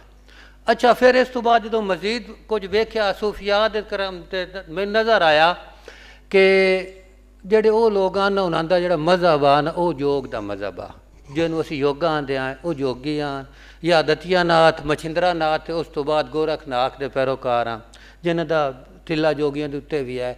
ਉਹ ਤਸਵਰ ਸਾਡੇ ਮੁਸਲਮ ਸੂਫੀਆ ਦੇ ਹਾਂ ਬਹੁਤ ਸਾਰੇ ਟੈਕਸਟ मैं ਵੇਖੇ तो ਉਹਨਾਂ ਦੇ ਵਿੱਚ ਉਹ ਮੌਜੂਦ ਔਰ ਉਹ ਬਾਕਾਇਦਾ कार्ल W अर्नेस्ट ने अगर तुम पढ़ते हो हिस्टरी वाले लोग उन्होंने जानते होंगे उन्होंने सारे के सारे जो आर्टिकल इस तहत कि मुस्लिम सोफिया के उत्ते वो जोगियां के जोड़े तसवुरात हैं उन्होंने किस तरह असर होया। वो सैयद गुलाम मुर्तज़ा की किताब जो कलंदरा जी बंगाली जबान लिखी, उस तो बाद इतों जोड़ा गौस अली शाह कलंदर जो गौस अली शाह पानीपति का जोड़ा तज़करा गौसिया है, या उस तो पहले जना गौस मोहम्मद गवाल यारी का बहर हिंद बहर हयात या जो अमरकंड का तर्जमा है, अगर उस असीं पढ़ते हैं तो सानू ये पता लगता कि सूफिया दे हाँ वो बिल्कुल वही ट्रेडिशन जी है मशकों की, सांस की मशक की या उस अपने जेड़े अंदर नू प्यूरीफाई करने वाली सारिया दी सारिया मशकां ਜਿਹੜੀਆਂ ਸਾਨੂੰ उस मूर्ति दे हाँ नज़र आउंदियां पईयां हुंदियां। उत्थों चल के इसका मतलब ये लगता पाया कि जो वो साढ़े को हासिल कुछ होया बेशक। अच्छा वो एक होर भी गल जिवें मैं पहले गल की कि खुदा और मखलूक नू अलग अलग तस्वर करना मज़हब जिहड़ा तस्वर है ये इस्लाम विच है। और फिर मैं अगर जो पढ़िया तो मैनू ये पता लगा कि जेड़े वो पहले जोगी आन जेड़े मछिंद्रा नाथ के उस्ताद आन आदित्य नाथ आख्या जाता कि जिवें तुसीं गल की हज़रत खिज़र अलैहिस्सलाम आन। बाज़ लोगों के तस्वर है कि जोगियां नू वो ट्रेनिंग देने वाला बंदा जिहड़ा हज़रत खिज़र अलैहिस्सलाम। तो इस तो यह साबित होता है कि अगर तुसीं मेरियां गल्लां तुहाडे नाल रल रही हैं और इन्हां दे नाल कि वो इस तरह कि इत्थे कोई जिहड़ी हस्ती है जी है जिहड़ी जिसनू डिवाइन इंट्यूशन है और उसकी वजह तो वो आ रहा। अच्छा एक होर बड़ी गल बड़ी अहम आ के वो जिहड़ा मज़हब है ना ये औरत सेंटर्ड है, फीमेल सेंटर्ड मज़हब है। इनिशिएटर जिहड़ी है वो हर तरह की महफूज प्रक्यूरर जिहड़ी वो खातून है। साडा अदब साडी काफ़ी गीत ठुमरी दाना वो सारे दे विच वेख लो कि इनिशिएटर जिहड़ी है वो कौन है, वो महफूज रखने वाले बीज दे महफूज रखने। हुण भी साढ़े घरां दे माइयां द्रोगड़ां जोड़दियां ना पुराने चटोरियां दा, उहदे बीज रखदे ने, किसे च मकई दा, किसे च कणक दा, किसे च सरेओं दा बीज पिया हुंदा। ते ओह प्रिजर्वर हो ही हैं, प्रिजर्व मरद जिहड़ा वो बीज महफूज नहीं करदा हुंदा।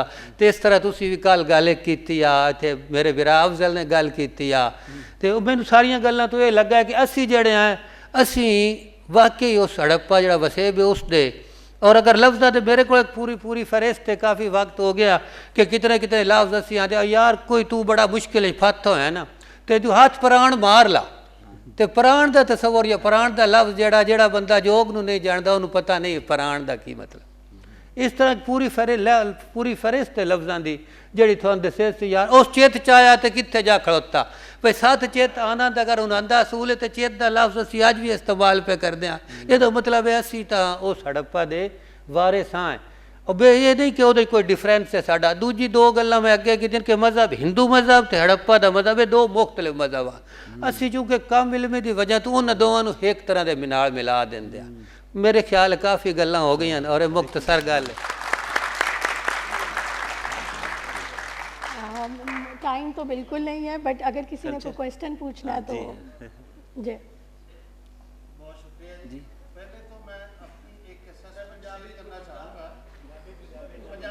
मेरे ख्याल में जफर साहब ने इतनी खूबसूरत पंजाबी बोली है कि मेरा तो ख़त्म हो गया कि मैं ना भी बोलती तो बहुत शुक्रिया मैं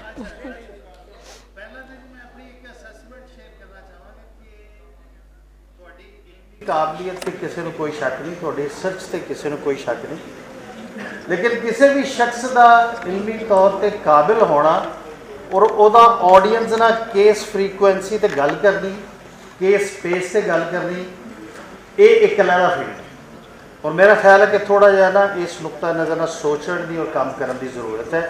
और दूसरी गल नैन चुग साहब ने स्टार्ट इमोशनल इरेगुलरिटी का जिक्र किया, पंजाबी की जज्बाती इरेगुलरिटी का जिक्र किया।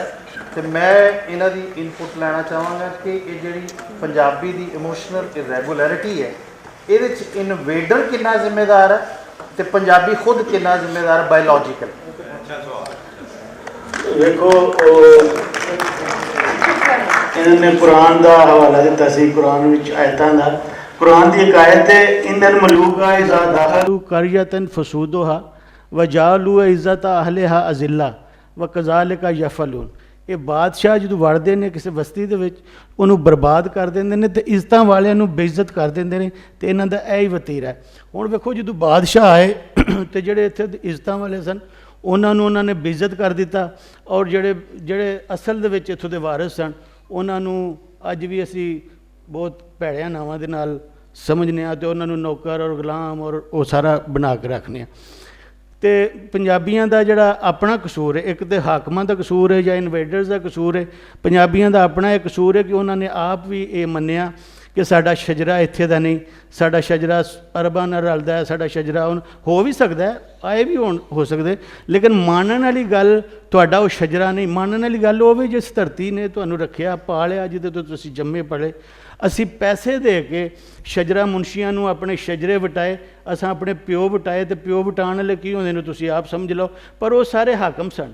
ਆਵਾਮ ਜਿਸ ਤਰ੍ਹਾਂ ਉਹਨਾਂ ਨੇ ਕਿਹਾ ਕਿ ਅਸੀਂ ਵਾਰਸ ਹਾਂ, ਉਹ ਲੋਕ ਨਹੀਂ ਉਹਨਾਂ ਦੇ ਵਿੱਚ ਸ਼ਾਮਲ ਕਿ ਜਿਨ੍ਹਾਂ ਨੇ ਉਹ ਨਹੀਂ ਹਰਕਤਾਂ ਕੀਤੀਆਂ, ਜਿਨ੍ਹਾਂ ਨੇ ਅੱਜ ਵੀ ਕਹਿ ਰਹੇ ਨੇ ਅਸੀਂ ਹੜੱਪਾ ਦੇ ਵਾਰਸ ਹਾਂ ਜਾਂ ਆਪਣੀ ਧਰਤੀ 'ਤੇ ਮਾਣ ਕਰਦੇ ਨੇ। ਉਹ ਲੋਕ ਉਹਨਾਂ ਤੋਂ ਡਿਫਰੈਂਟ ਨੇ। ਉਹਨਾਂ ਲੋਕਾਂ ਦੀ ਜਿਹੜੇ ਰਲ ਗਏ ਉਹਨਾਂ ਦੇ ਨਾਲ। ਔਰ ਫਿਰ ਇਹ ਜਿਹੜਾ ਇਹ ਕਿਹਾ ਜਾਂਦਾ ਕਿ ਜਦੋਂ ਬਾਹਰੋਂ ਇਨਵੇਡਰ ਆਉਂਦਾ ਸੀ ਅਤੇ ਇੱਥੋਂ ਦਾ ਨਾਲ ਰਲ ਜਾਂਦਾ ਸੀ, ਇੱਥੋਂ ਦੇ ਨਾਲ ਉਹ ਹੀ ਰਲਦੇ ਸਨ ਜਿਹੜੇ ਉਹਨਾਂ ਦੇ ਪਿਛਲਿਆਂ ਦੀ ਔਲਾਦ ਹੁੰਦੇ ਸਨ, ਜਿਹੜੀ ਉਹ ਛੱਡ ਗਏ ਹੁੰਦੇ ਸਨ, ਉਹ ਫਿਰ ਉਹਨਾਂ ਦੇ ਨਾਲ ਰਲ ਜਾਂਦੇ ਸਨ। ਇੱਥੋਂ ਦਾ ਜਿਹੜਾ ਬੰਦਾ ਹੈ ਉਹ ਤਾਂ ਲੜਦਾ ਹੀ ਰਿਹਾ, ਜ਼ਰੂਰੀ ਨਹੀਂ ਉਹਨੇ ਹਥਿਆਰ ਚੁੱਕੇ ਹੋਣ। ਉਹ ਬੁੱਲੇ ਸ਼ਾਹ ਵੀ ਹੋ ਸਕਦਾ, ਉਹ ਬਾਬਾ ਨਾਨਕ ਵੀ ਹੋ ਸਕਦਾ, ਉਹ ਰੈਜ਼ਿਸਟੈਂਸ ਕਰਦੇ ਹੀ ਰਹੇ। जी जी ज़रूर, ठीक।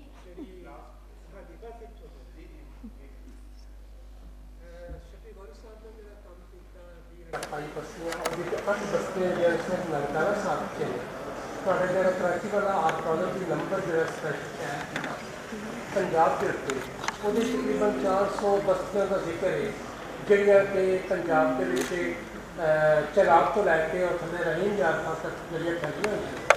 ਔਰ ਉਹ ਕੁਝ ਬਸਤੀਆਂ ਐਸੀਆਂ ਨੇ ਜਿਨ੍ਹਾਂ 'ਤੇ ਬਹੁਤ ਵੱਡੀ ਬਸਤੀ ਜਿਹੜੀ ਹੈ ਉਹ ਇੰਡੀਅਨ ਸ਼ਹਿਰ ਜਿਹੜਾ ਰੋਪੜ ਹੈ ਉਹਦੇ ਅੰਦਰ ਮੌਜੂਦ ਹੈ। ਇਹ ਸਾਰਾ ਹੜੱਪਾ ਪੂਰੇ ਦਾ ਪੂਰਾ ਜਿਹੜਾ ਫੈਲਿਆ ਹੋਇਆ ਹੈ अपनी जगह तो बहुत बड़ी सिविलाइजेशन से। लेकिन सवाल जरा मेरा है वो ये है, असं मान लेना कि कुरान की साबित कर लिया, अंजीर चीज कर लिया, बाकी उन्होंने अगर मजहब नहीं सीगा तो असं मजहब उन्होंने बरा भी देना है, वो बन भी जाएगा, कोई गल नहीं। लेकिन सवाल मेरा ये है कि जोड़े महंगेदारों है या और महंगेदारों को खा सकते यूनेस्को जो पूरी तरह लोग कर रहा है तो हड़प्पा जोड़ा कि पहले वो तो पहले मौजूद सी यूनेस्को के उस चार्टर के उत्ते, वो अज क्यों नहीं गया? इसकी वजह असी पंजाबी हाँ, पंजाब के आर्कोलॉजिस्ट ने, या ये कौन है कि जोड़ा ये सारे मुद्दे बाहर कर दिता गया कि क्यों करिया? जी ਤੁਸੀਂ ਜਿਹੜੀ ਗੱਲ ਕੀਤੀ ਹੈ ਜੀ ਉਸ ਵਿੱਚ ਬੜਾ ਵਜ਼ਨ ਵੀ ਹੈ। ਔਰ ਮੈਂ ਇਹ ਕਹਾਂਗਾ ਕਿ ਜਦੋਂ ਪਹਿਲਾ ਤੁਹਾਡਾ ਸਵਾਲ ਜਿਹੜਾ ਹੈ ਨਾ ਜੀ, ਮੈਂ ਥੋੜ੍ਹਾ ਉਸ ਤੋਂ ਜਵਾਬ ਦੇਣਾ ਕਿ ਹੜੱਪਾ ਸਿਵਲਾਈਜੇਸ਼ਨ ਤਕਰੀਬਨ 6,500 ਮੁਰੱਬਾ ਕਿਲੋਮੀਟਰ ਦੇ ਉੱਤੇ ਹੈ, ਜਿਸ ਦੇ ਵਿੱਚ ਇੰਡੀਆ ਦੀ ਵੀ ਸਾਈਟਾਂ ਹਨ, ਪੰਜਾਬ ਦੀਆਂ ਵੀ ਹਨ, ਔਰ 400 ਦੇ ਕਰੀਬ ਲਗਭਗ ਬਸਤੀਆਂ ਹਨ। ਇਸ ਤੋਂ ਇਲਾਵਾ ਅਸੀਂ ਇੱਕ ਅਤੀਕ ਸਾਹਿਬ ਵੀ ਹੋਰ ਵੀ ਕਾਫੀ ਸਾਡੇ ਅਫੀਸਰ ਸੀ, ਇੱਕ ਸਰਵੇ ਕੰਡਕਟ ਕੀਤਾ ਸੀ। 1000 ਤੋਂ ਜ਼ਿਆਦਾ ਹੋਰ ਮਜ਼ੀਦ ਵੀ ਇਸ 'ਚ ਇਜ਼ਾਫਾ ਹੋ ਚੁੱਕਿਆ ਹੈ। ਔਰ ਸਾਡੇ ਚੋਲਿਸਤਾਨ ਦੇ ਵਿੱਚ ਤਕਰੀਬਨ 350-400 ਡਾਕਟਰ ਰਫੀਕ ਨੇ ਵੀ ਇਹਨਾਂ ਜਗ੍ਹਾ ਦਾ ਤਯਨ ਕਰ ਚੁੱਕੇ ਨੇ। ਜਦੋਂ ਤੱਕ ਹੱਦ ਹੈ ਤੁਹਾਡੀ ਕਿ ਹੜੱਪਾ ਕਿਉਂ ਨਹੀਂ ਯੂਨੈਸਕੋ ਦੀ ਵਾਹਿਟਰੀ ਸੀ ਔਰ ਮੋਂਜੋਦੜੋ ਹੈ, ਉਸ ਦੀ ਵਜ੍ਹਾ ਇਹ ਹੈ ਕਿ ਸ਼ੁਰੂ ਤੋਂ ਮੈਂ ਸਮਝਾਂ ਕਿ ਇਹ ਸਾਡਾ ਹੀ ਪੰਜਾਬੀਆਂ ਦਾ ਹੀ ਕਸੂਰ ਹੈ ਕਿ ਅਸੀਂ ਇਸ 'ਤੇ ਤਵੱਜੋ ਨਹੀਂ ਦਿੱਤੀ। ਸਿੰਧੀਆਂ ਨੇ ਇਸ 'ਤੇ ਜ਼ਿਆਦਾ ਤਵੱਜੋ ਦਿੱਤੀ। ਅਗਰ ਸਿੰਧ ਔਰ ਉਸ ਦਾ ਕੀਤਾ ਜਾਵੇ, ਉਹ ਵੀ ਸਾਡਾ ਪਾਕਿਸਤਾਨ ਦਾ ਇੱਕ ਹਿੱਸਾ ਹੈ, ਕਿ ਹੜੱਪਾ ਇੱਕ ਮਦਰ ਸਾਈਟ ਹੈ। ਮਦਰ ਸਾਈਟ ਤੋਂ ਮੁਰਾਦ ਇੱਕ ਸਭ ਤੋਂ ਪਹਿਲੇ ਦਰਿਆਫਤ ਹੋਣ ਵਾਲੀ ਜਗ੍ਹਾ ਹੈ। ਇਸ ਨੂੰ ਸਭ ਤੋਂ ਪਹਿਲੇ ਵਰਲਡ ਹੈਰੀਟੇਜ ਲਿਸਟ 'ਤੇ ਹੋਣਾ ਚਾਹੀਦਾ ਸੀ, ਕਿਉਂ ਨਹੀਂ ਹੋਈ? ਉਸ ਦੀ ਵਜ੍ਹਾ ਇਹ ਸੀ ਕਿ ਮੋਂਜੋਦੜੋ 'ਤੇ ਬਹੁਤ ਜ਼ਿਆਦਾ ਖੁਦਾਈਆਂ ਹੋਈਆਂ, ਔਰ ਉਹ ਜਿਹੜਾ ਉਸ ਦੇ ਉੱਤੇ ਸਟਰਕਚਰ ਹੈ ਸੀ, ਜਿਹੜਾ ਉਸ ਦਾ ਵਾਲ ਸਟਰਕਚਰ ਹੈ ਸੀ, ਉਹ ਬਹੁਤ ਜ਼ਿਆਦਾ ਸੀ।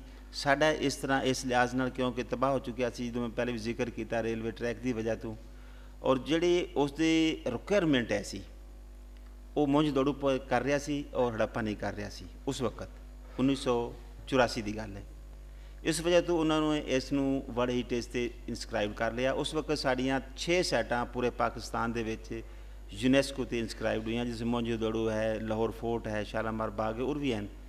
ਲੇਕਿਨ ਇਸ ਵਕਤ ਅਸੀਂ ਸਾਡੀਆਂ 10 ਸਾਈਟਾਂ ਹੋਰ ਹਨ ਜਿਹੜੀਆਂ ਕਿ ਅਸੀਂ ਉਹਨਾਂ ਨੂੰ ਵਰਲਡ ਹੈਰੀਟੇਜ ਲਿਸਟ ਲਿਜਾ ਰਹੇ ਹਾਂ, ਸਾਡੀ ਟੈਂਟਿਵ ਲਿਸਟ 'ਤੇ ਹਨ।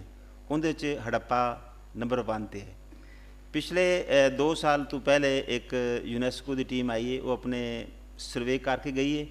ਉਸਨੇ ਆਪਣੀ ਰਿਕਮੈਂਡੇਸ਼ਨ ਦੇ ਦਿੱਤੀਆਂ ਔਰ ਉਹਨਾਂ ਨੇ ਕਿਹਾ ਕਿ ਤੁਸੀਂ ਆਪਣਾ ਇੱਕ ਇਸ ਨੂੰ ਇਸ ਲਈ ਰਿਕੁਆਇਰਮੈਂਟ ਸੀ, ਅਸੀਂ ਤਕਰੀਬਨ ਉਸ ਦੀ ਪ੍ਰੋਟੈਕਸ਼ਨ ਔਰ ਜਿਹੜੀਆਂ ਪਬਲਿਕ ਫੈਸਿਲਿਟੀਜ਼ ਜਾਂ ਜਿਹੜੀ ਉਸ ਡਿਮਾਂਡ ਸੀ ਉਹ ਪੂਰੀਆਂ ਕਰ ਚੁੱਕੇ ਹਾਂ।